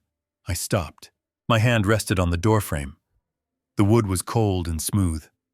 I had sanded this frame myself 20 years ago. I had painted it a deep forest green because Carolyn said it was good luck. Now the paint was chipping where Megan had slammed the door too many times. "Move it, Tobias!" Megan hissed, pushing me from behind. "We don't have time for sentimental garbage." I planted my feet. I turned around slowly. I looked at the living room one last time. I looked at the spot where Caroline used to sit and read. I looked at the kitchen where we had cooked Thanksgiving dinners. I looked at the stairs Bradley had fallen down when he was 4, and the wall where I had marked his height every birthday. It wasn't a look of longing. It wasn't a look of sadness. It was an inspection. I was checking the structural integrity of the memory one last time before the demolition. I was memorizing the layout so I would know exactly how to rebuild it once the squatters were gone. "Dad," Bradley shouted, running back up the walkway. "What are you doing?" "Get in the car." I looked at him. I looked him dead in the eye. For a second, I let the mask slip. I let the confusion fade from my face. I stood tall, my shoulders squaring, my jaw setting. I looked at him not as a father looks at a son, but as a judge looks at a defendant. "I am just saying goodbye, Bradley." I said, my voice steady and cold as steel. "You know what they say. You can never really go home again, especially once you have burned it down." Bradley blinked. He stepped back, unsure of what he had just seen. For a moment he saw the engineer. He saw the man who calculated load bearings for a living. "What?" he stammered. "What did you say?" I let my shoulders slump again. I let my mouth hang open slightly. I blinked rapidly, looking confused. I said, "Did I turn off the stove?" I worried. "I think I left the kettle on." Bradley let out a groan of frustration. He grabbed my arm, his fingers digging into the bruise he had left yesterday. "The stove is off, Dad. Everything is off. Get in the damn car." He shoved me toward the taxi. Megan was already in the front seat, tapping furiously on her phone, probably transferring funds she didn't have access to yet. I let him guide me to the back seat. I slid in. The vinyl seat was cold. The car smelled of pine air freshener and stale cigarettes. Bradley slammed the door shut. It sounded like a cell door closing. He ran around to the other side and jumped in next to me. "Go," he told the driver. "The Port of Seattle. And stop at the Notary on 4th and Main. Step on it." The driver nodded and pulled the car into gear. We rolled away from the curb. I looked out the window. I watched my house disappear behind the hedge. I saw the recycling bin at the end of the driveway, the lid slightly open, revealing the black plastic bag Megan had dragged out last night. They thought they had won. They thought the old man was in the box, shipped and handled. They were giddy with it. Megan turned around in her seat, grinning at Bradley. "We did it," she mouthed. Bradley let out a long exhale, loosening his tie. He pulled the flask from his jacket pocket and took a long swig. "Smooth sailing from here, Dad," he said, patting my knee. "Just smooth sailing." I didn't answer. I just stared straight ahead, watching the road. I wasn't looking at the scenery. I was looking for a black sedan. I was looking for the sheriff. I checked my watch discreetly. It was 7:45. Roth was never late. The taxi turned the corner at the end of the block, and there it was. Blocking the road parked sideways across both lanes was a sleek, black Lincoln town car.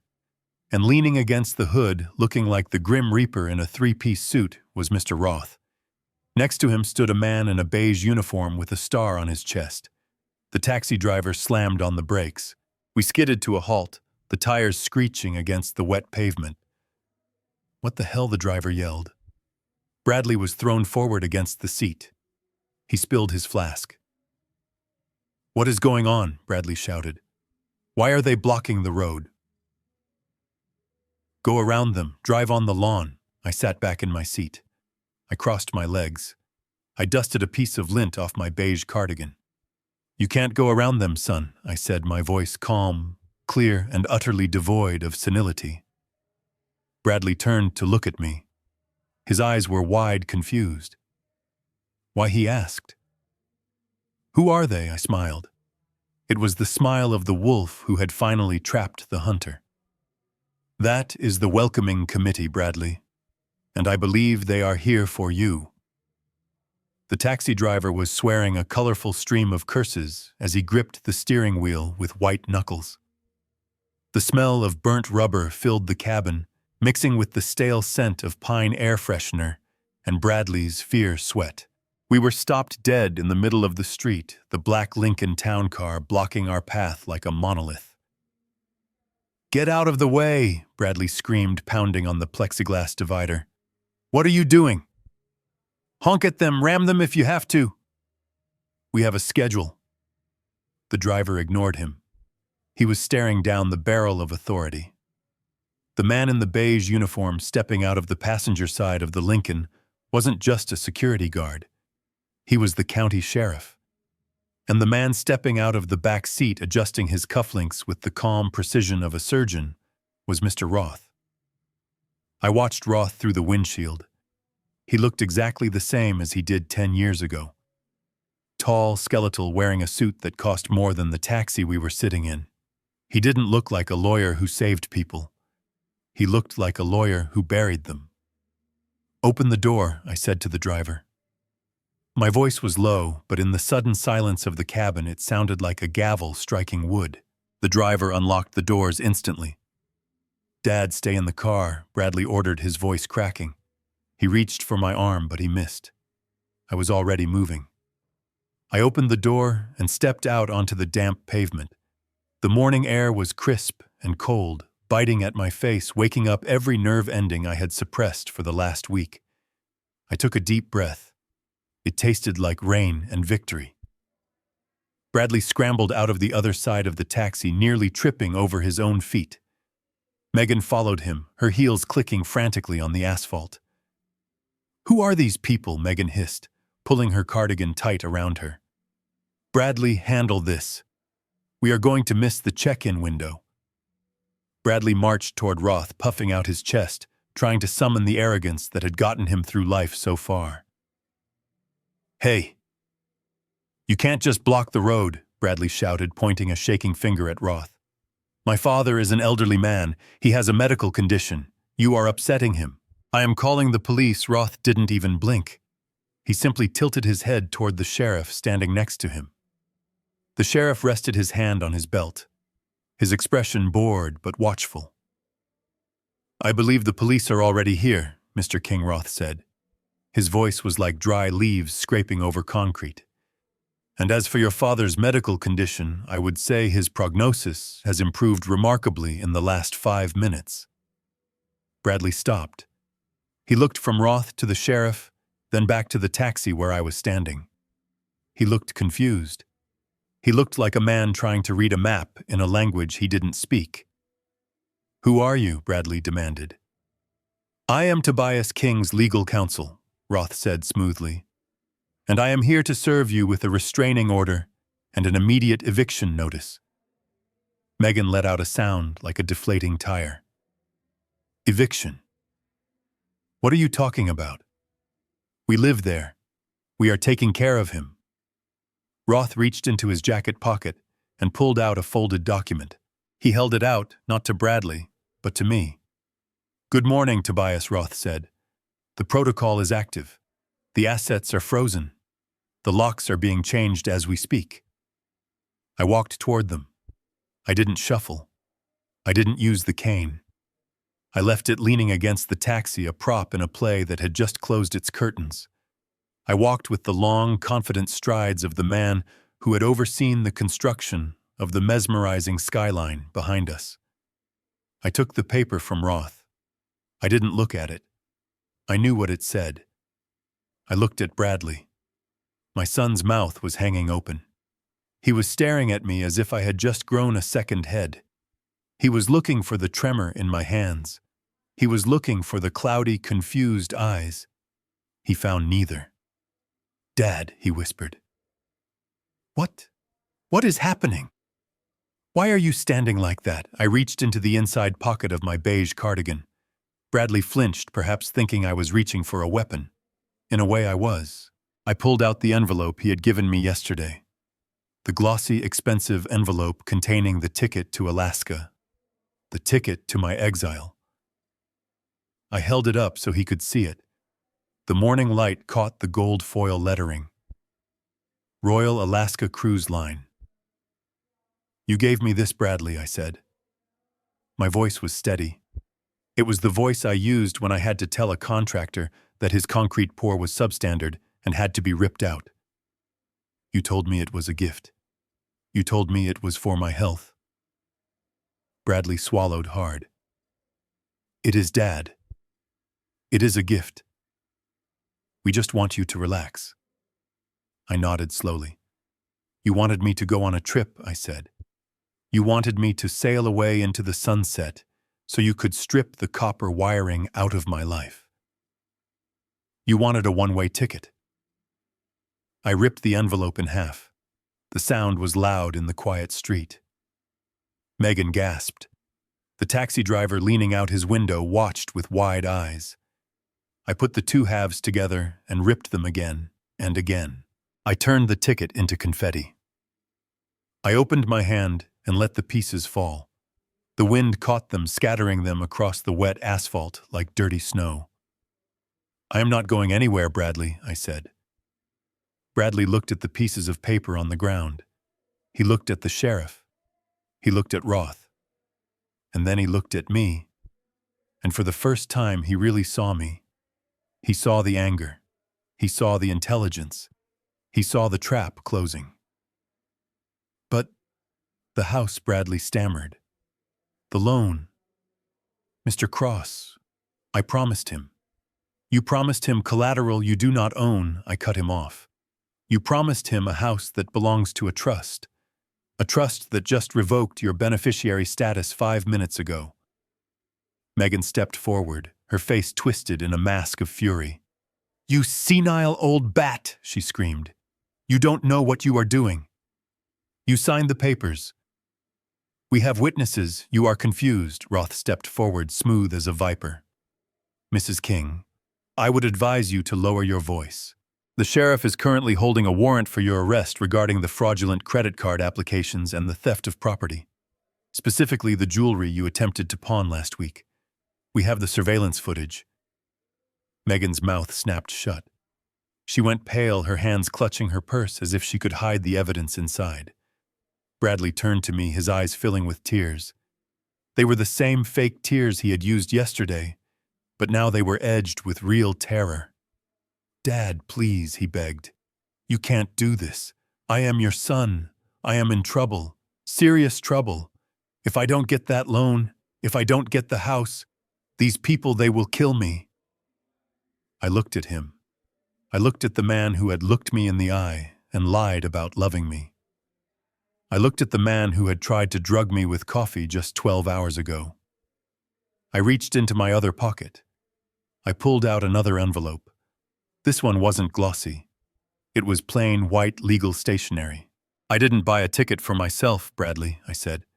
"I bought a ticket for you." I held it out to him.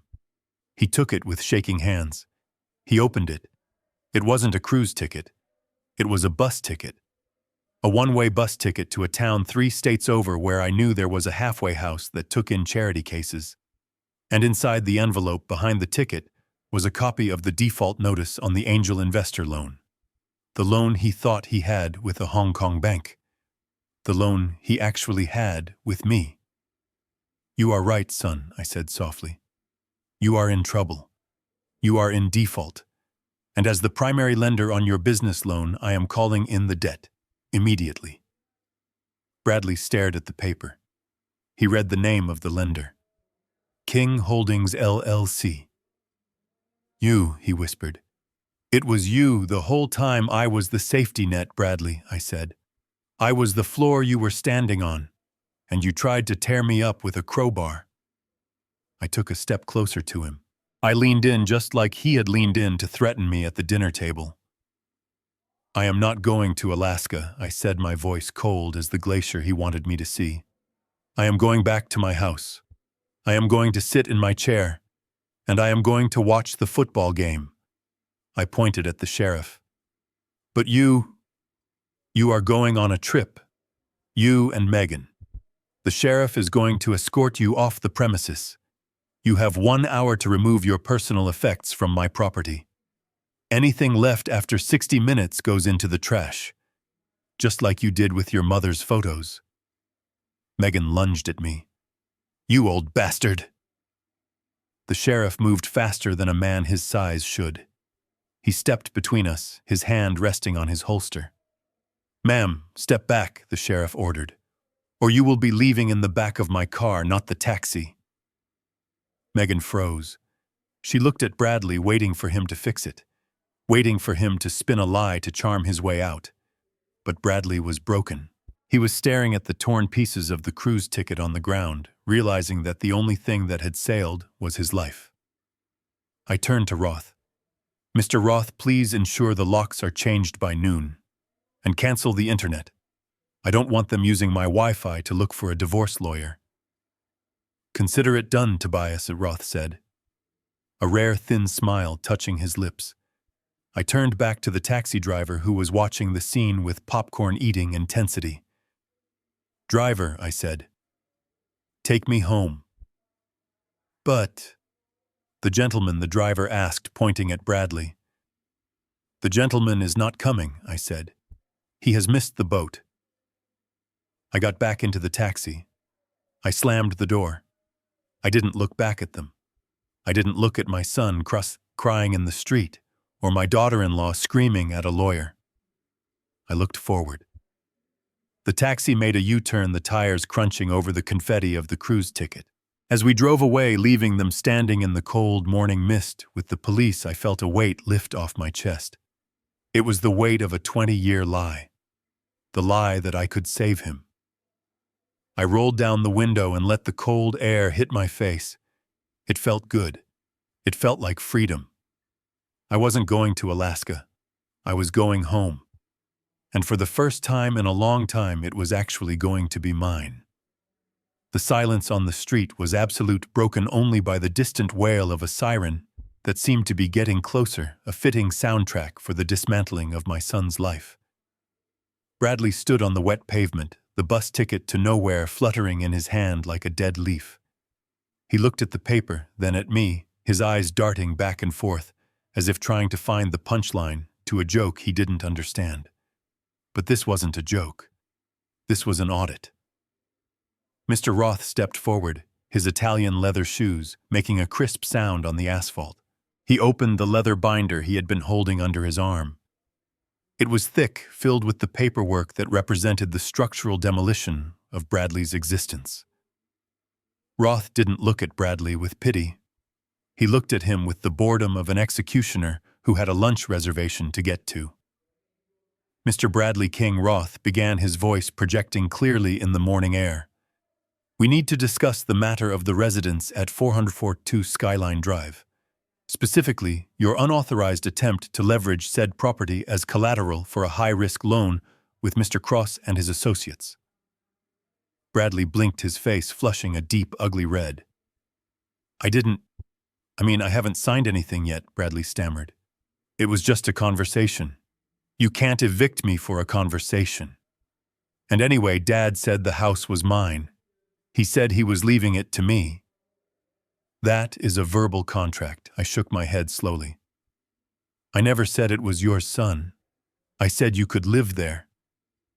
There is a difference. A difference you would know if you had ever paid a mortgage in your life. Roth flipped a page in his binder. The sound was sharp like a whip crack. Regarding the verbal contract, Roth said, dismissing the idea with a wave of his hand. It is irrelevant. The property is held in the Tobias King Irrevocable Trust. You are listed as a beneficiary contingent upon certain behavioral clauses. Specifically, Clause 14b, regarding the protection of assets. Roth pulled a sheet of paper from the binder and held it up. Clause 14b states that any beneficiary who attempts to encumber mortgage or lien trust assets without the written consent of the trustee, that being your father, automatically forfeits their beneficiary status. By presenting the house as collateral to Mr. Cross, you committed fraud against the trust. Bradley took a step back, shaking his head. No. No, that is legal mumbo-jumbo. You can't just take my inheritance. I am his son. You were a beneficiary. Roth corrected him, cold as ice. Past tense. As of 8:00 a.m. this morning, when I filed the motion with the county clerk, you have been removed from the trust. You have no claim to the house. You have no claim to the estate. You are, legally speaking, a stranger to this property. Megan, who had been frozen in shock near the taxi, suddenly came to life. The word inheritance had triggered her survival instinct. She lunged forward, her face twisted into a mask of pure entitlement. You can't do that, she screamed, pointing a manicured finger at me. We have rights. We have lived there for 6 months. That establishes tenancy.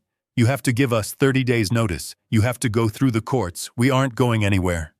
She turned to the sheriff, putting on her best victim face, tears springing to her eyes on command. Officer, this man is trying to throw us on the street illegally. We live there. My clothes are there. You have to stop him. The sheriff didn't move. He adjusted his belt, looking at Megan with a flat, unimpressed stare. Ma'am, he said, his voice deep and rumbling. I am not here to stop an eviction. I am here to enforce a restraining order and a criminal trespass warning. Megan's jaw dropped. Criminal trespass. We have a key, Roth interjected smoothly. You had a key, Mrs. King, but as your husband just learned, his right to reside in the home was contingent on his standing with the trust. That standing has been revoked.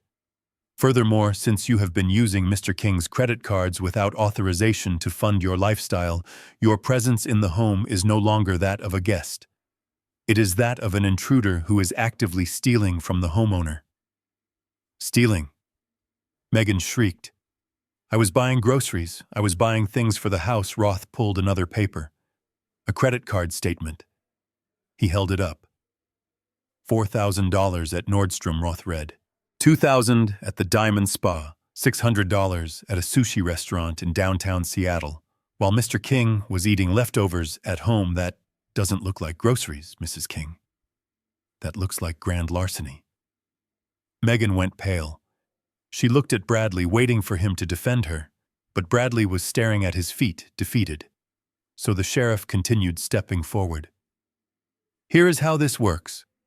Mr. King has granted you a 1-hour grace period to remove your personal effects. That means clothes and toiletries. No furniture, no electronics, no artwork, and definitely no jewelry that doesn't have a receipt with your name on it. 1 hour, Megan gasped. I can't pack in 1 hour. I have a wardrobe, I have shoes. Then you better start moving, the sheriff said, checking his watch. The clock started 5 minutes ago. If you are not off the property by 9:00 a.m., you will be arrested for trespassing. And ma'am, if I find one single item belonging to Miss King in your bags, I will add theft to the charges. Megan looked at the house, then at the sheriff, then at me. She let out a scream of frustration, a primal sound of a predator that had just realized it was prey. She spun around and ran toward the house, her heels clacking frantically on the driveway. She knew the game was up. She was going to grab what she could. Bradley didn't run. He just stood there looking at the bus ticket in his hand. He looked up at me, his eyes wet.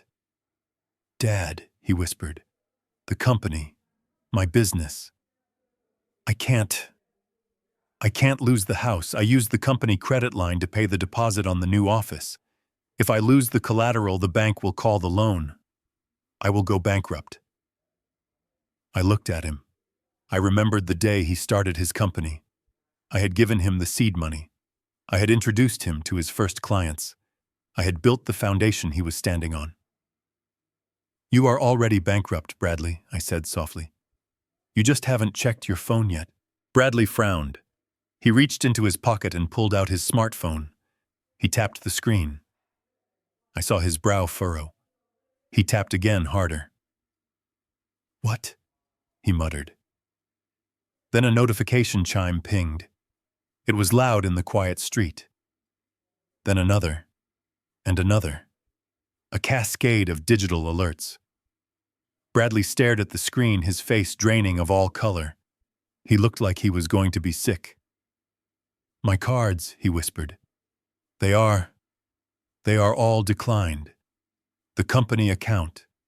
It is locked. Access denied. Dad, what did you do? I didn't do anything, Bradley, I said. King Holdings LLC did it. Bradley looked up, confusion warring with horror. King Holdings. That is the angel investor. That is the Hong Kong group. I stepped closer to him. There is no Hong Kong group, son. It is me. It has always been me. I am King Holdings. I lent you the money. I held the note.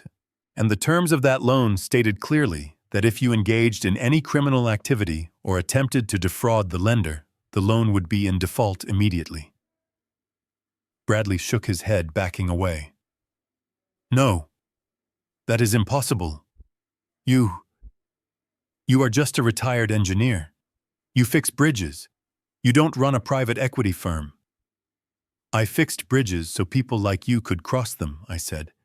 And I saved my money so I could build a legacy. I thought that legacy was you. But I was wrong. You were just a sinkhole. I signaled to Roth. Mr. Roth executed the default clause this morning, I explained. We seized the corporate accounts to cover the debt. We seized the assets. The car you are driving. The lease is in the company name. It is not your car anymore. It is my car. Bradley looked at the Tesla parked in the driveway. The car he loved more than he loved his wife. You took my car, he choked out. I took my collateral, I corrected. You can take the bus. That is why I gave you the ticket. Bradley dropped his phone. It hit the pavement with a crack. He didn't pick it up. He fell to his knees right there in the street. He put his head in his hands and started to sob. It wasn't a cry of remorse. It was the cry of a child who had been told playtime was over. How am I going to live? He wailed. I have nothing. I have nowhere to go. I looked down at him. I felt a twinge of pain, the ghost of the love I used to have for him. But then I remembered the coffee stain on the floor. I remembered the trash bag full of Carolyn's photos. I remembered the one-way ticket to Alaska. You have your health, I said coldly. You have 2 hands. You can work. I hear they are hiring down at the docks. Hard labor. Good for the soul. I turned my back on him. I couldn't look at him anymore. He was a ruin. A condemned building. I walked up the driveway toward my house. The sheriff followed me. Roth stayed behind to supervise the seizure of the vehicle. I heard him on the phone calling a tow truck. I walked up the steps to the front porch. The door was open where Megan had run inside. I stepped into the hallway. It was chaos.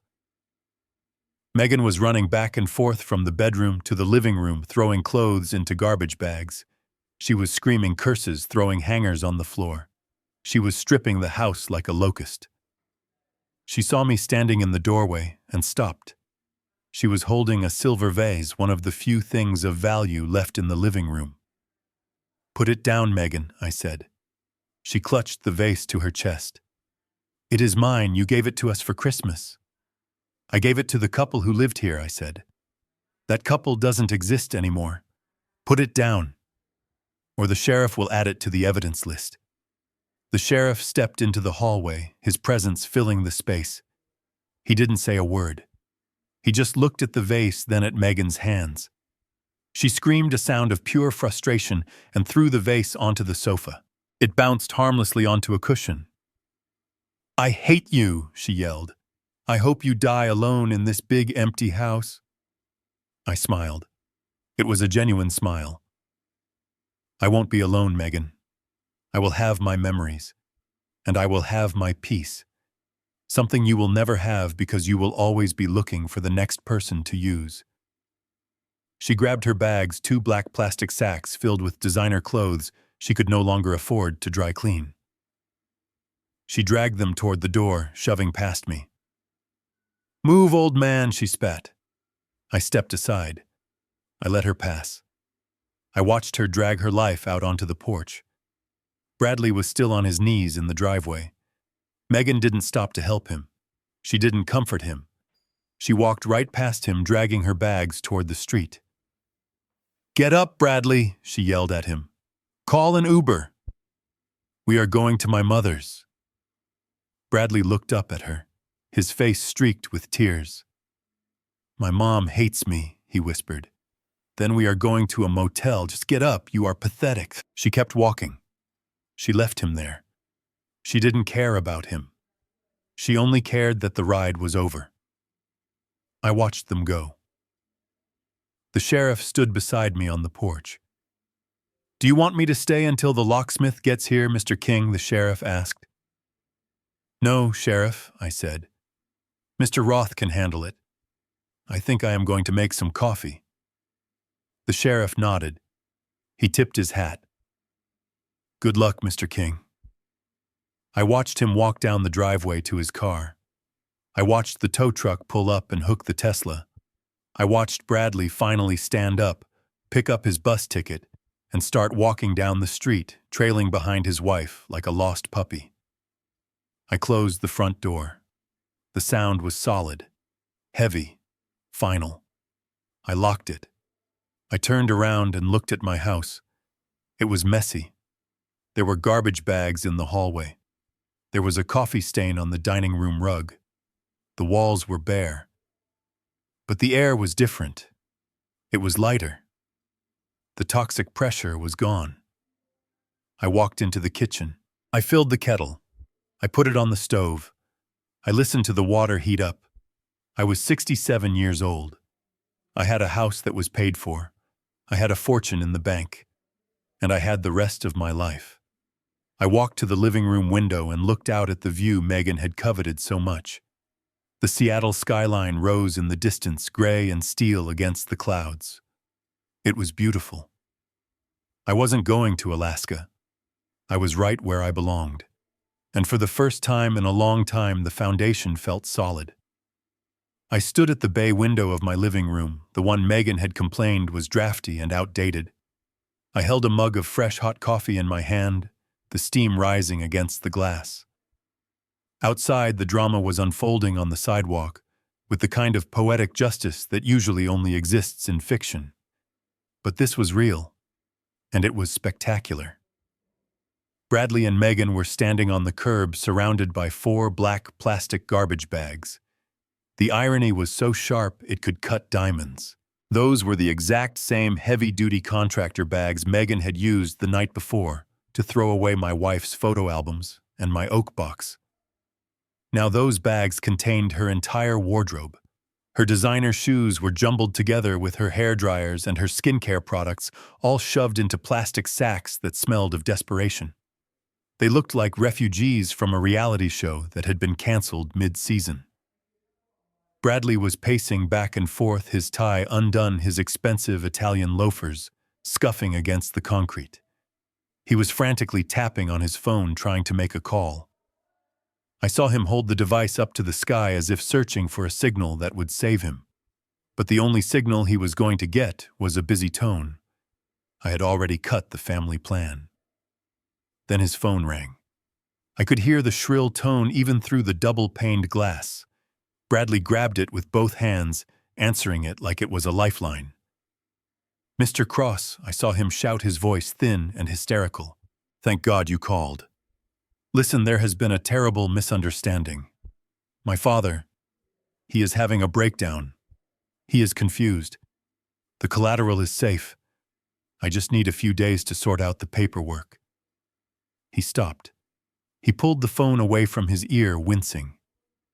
Even from 20 yards away, I could hear the screaming on the other end of the line. Mr. Cross wasn't calling to check in. He was calling to declare war. Bradley put the phone back to his ear, his face draining of color until he looked like a sheet of paper. "Fraud," he squeaked. "No, no, it is not fraud. It is a family dispute. You can't sue me. I don't have... the liquidity is tied up in..." He stopped again. He listened. His knees actually buckled. He grabbed a street lamp to hold himself up. "The police," Bradley whispered. "But we had a deal. I bought the champagne." He lowered the phone slowly. The call had ended. He stared at the screen, his thumb hovering over the red button. He looked like a man who had just been told he had 24 hours to live. Megan, who had been sitting on one of the garbage bags, filing a broken nail, stood up. She walked over to him, her eyes narrowing. She smelled blood in the water. "Who was that?" she demanded. "Was that the investor?" "Did he transfer the funds?" Bradley looked at her. He looked terrified. He is pulling out." Bradley stammered. "He says he called the county clerk this morning. He knows I am not on the deed. He says I misrepresented my assets.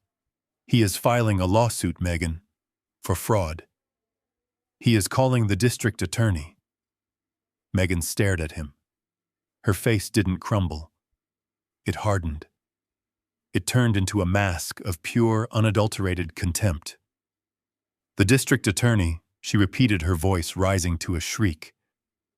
"You told me the deal was done. You told me the house was ours. You told me your father was a vegetable who wouldn't notice a thing. He tricked us." Bradley yelled back, pointing at the house, pointing at me, standing in the window. "He set us up. He is the lender, Megan. He owns the company debt. He owns everything." Megan slapped him. It was a sharp, cracking sound that echoed down the quiet suburban street. It was the sound of an alliance shattering. "You useless idiot," she screamed. "You told me you were a businessman. You told me you were a partner. You are nothing.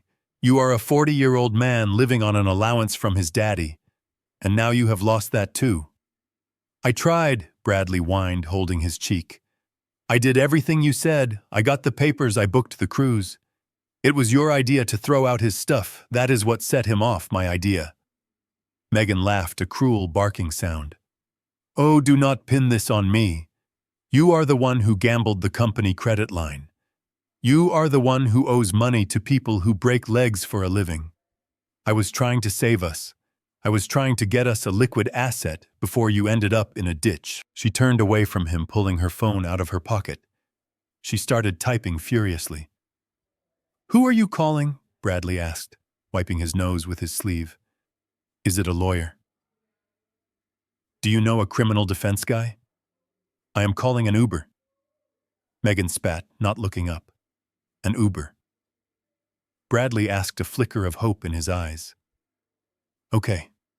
Good. We can go to a hotel. We can regroup. I have a few watches I can sell. We can get some cash." Megan interrupted him.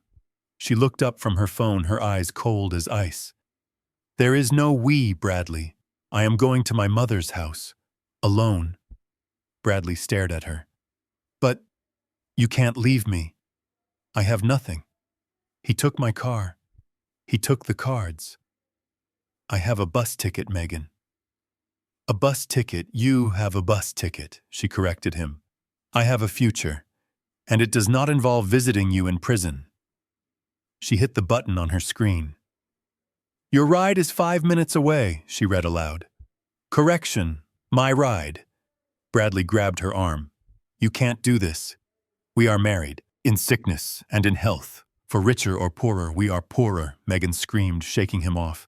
"We are destitute, and it is your fault. You lied to me about the money. You lied to me about the house. You lied to me about your father. You said he was weak. He just dismantled your entire life in 20 minutes without raising his voice. He isn't weak. You are. She kicked one of the garbage bags toward the curb. Help me move these, she ordered. Or I will tell the police about the time you forged his signature on the insurance checks last year. Bradley froze. The fight went out of him. He looked at the woman he had betrayed his father for. He saw the predator he had married, and he realized he was just another carcass she was done picking clean. He bent down and picked up the heavy black bags. He hauled them to the edge of the street, his back bent, his spirit broken. He looked like a servant. A silver Toyota Camry pulled up a few minutes later. The Uber sticker was in the window. The driver popped the trunk. Megan didn't help. She stood there checking her reflection in the car window, fixing her hair. Bradley loaded her bags into the trunk. He put every single one of them inside. When he was done, he stood by the open passenger door. He looked at Megan with puppy dog eyes. "Megan, please," he whispered. "I don't have anywhere to go. Just let me ride with you as far as downtown.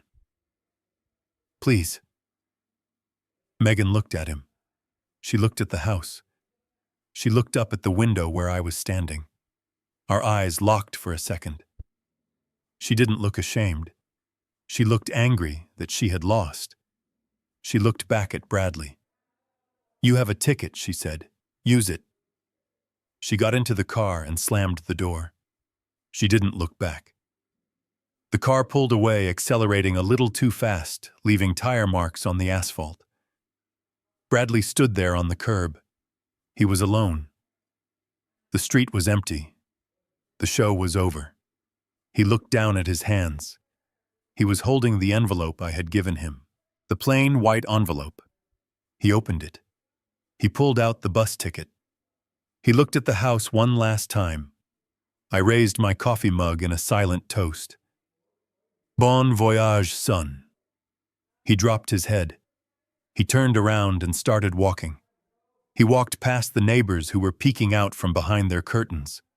He walked past the spot where he had parked his Tesla every night. He walked toward the main road, toward the bus stop, toward a life that was finally completely his own responsibility. I watched him until he turned the corner and disappeared. I turned away from the window. The coffee was still hot. The house was quiet. I walked into the kitchen and saw the mess on the floor where he had spilled the coffee the night before. I grabbed a mop. I started to clean. It was going to take some scrubbing to get the stain out, but I had time. I had all the time in the world. And for the first time in years, the dirt I was cleaning up wasn't buried under a rug. It was gone, and the floor beneath it was solid. The house was finally quiet. It was not the silence of a tomb, as Megan had described it, but the silence of a sanctuary. I had spent the last 2 hours reclaiming my territory inch by inch. The beige throw pillows Megan loved so much were currently sitting in the outdoor recycling bin. The abstract art that looked like spilled coffee had been taken down and leaned against the curb for the trash collectors. I had brought my old leather armchair back from the garage where they had banished it. I sat in it now, and the worn leather groaned a familiar welcoming sound that felt like a hug. On the coffee table sat the bottle of Dom Perignon they had opened yesterday, but barely touched. It was still cold. I reached out and poured myself a glass. The bubbles fizzed softly, rising to the surface with a cheerful energy. I took a sip. It was crisp and dry and tasted exceptionally expensive. It tasted like justice. Bradley had bought this bottle with money he stole from me to celebrate my exile. Now I was drinking it to celebrate his departure. The symmetry was perfect. I picked up my phone. I did not check my messages. I knew there would be voicemails from Bradley crying about the bus ride and texts from Megan threatening lawsuits she could not afford. I deleted them all without listening. Instead, I dialed a number I had saved in my bookmarks for months, but never had the courage to call. "Good afternoon," I said when the agent answered. "This is Tobias King. I am looking at the European Engineering Heritage Tour. Yes, the one that visits the Roman aqueducts and the German bridges. I would like to book a seat. I paused, listening to the agent. No, I said firmly. Not economy. First class. I want the lie-flat seat. And I want the best suite in every hotel. I took another sip of wine, looking around my living room. The afternoon sun was streaming in, hitting the spot on the wall where Carolyn's photo used to be. I would have to get it reframed. I would get a better frame this time. Something gold. She deserved it. The agent asked for my return date. Make it a month, I said. Maybe 6 weeks. But make sure it is a round-trip ticket. I have a house to come back to. A house that needs some work, but has good bones. I finalized the booking and hung up. I sat there as the sun went down, watching the city lights of Seattle flicker on one by one. I was alone, but I was not lonely. I felt lighter than I had in years. The dead weight was gone. The termites had been fumigated. The foundation had been reinforced. I raised my glass to the empty room, to the memory of Caroline and to the man I used to be. They wanted me to take a one-way trip. They wanted me to sail off into the oblivion and leave them the keys to the kingdom. They wanted me to disappear. Well, I did. I disappeared from their lives completely. I cut the ropes. I pulled up the anchor. I sailed away from their greed and their lies and their disrespect. I gave them exactly what they asked for, a departure. But they forgot one thing about structural engineers. We build things to last. And we know that sometimes to save the building, you have to condemn the annex. I finished the wine and set the glass down. It was time to get some sleep. I had a plane to catch. And this time I was packing my own bags. I learned that a parent's job is not to be a permanent safety net, but to build a foundation so strong that your children learn to stand on their own. For years, I thought love meant saying yes. I thought it meant giving until I was empty. But real love is honest. Real love has boundaries. By cutting the cord, I didn't just save my financial future. I gave my son the only thing he actually needed, which was the dignity of his own struggle.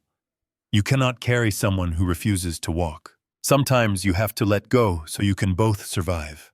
Did you like my story, and which city are you listening from? Let's meet in the comments. If you like the story, you can support me by sending a super thanks so I can keep bringing more stories like this. Thank you so much for your sweet support. I am looking forward to your comments on the story. On the screen, you can see 2 new life stories that I highly recommend. There is so much more on my channel. Do not forget to subscribe. See you in the next life story with love and respect.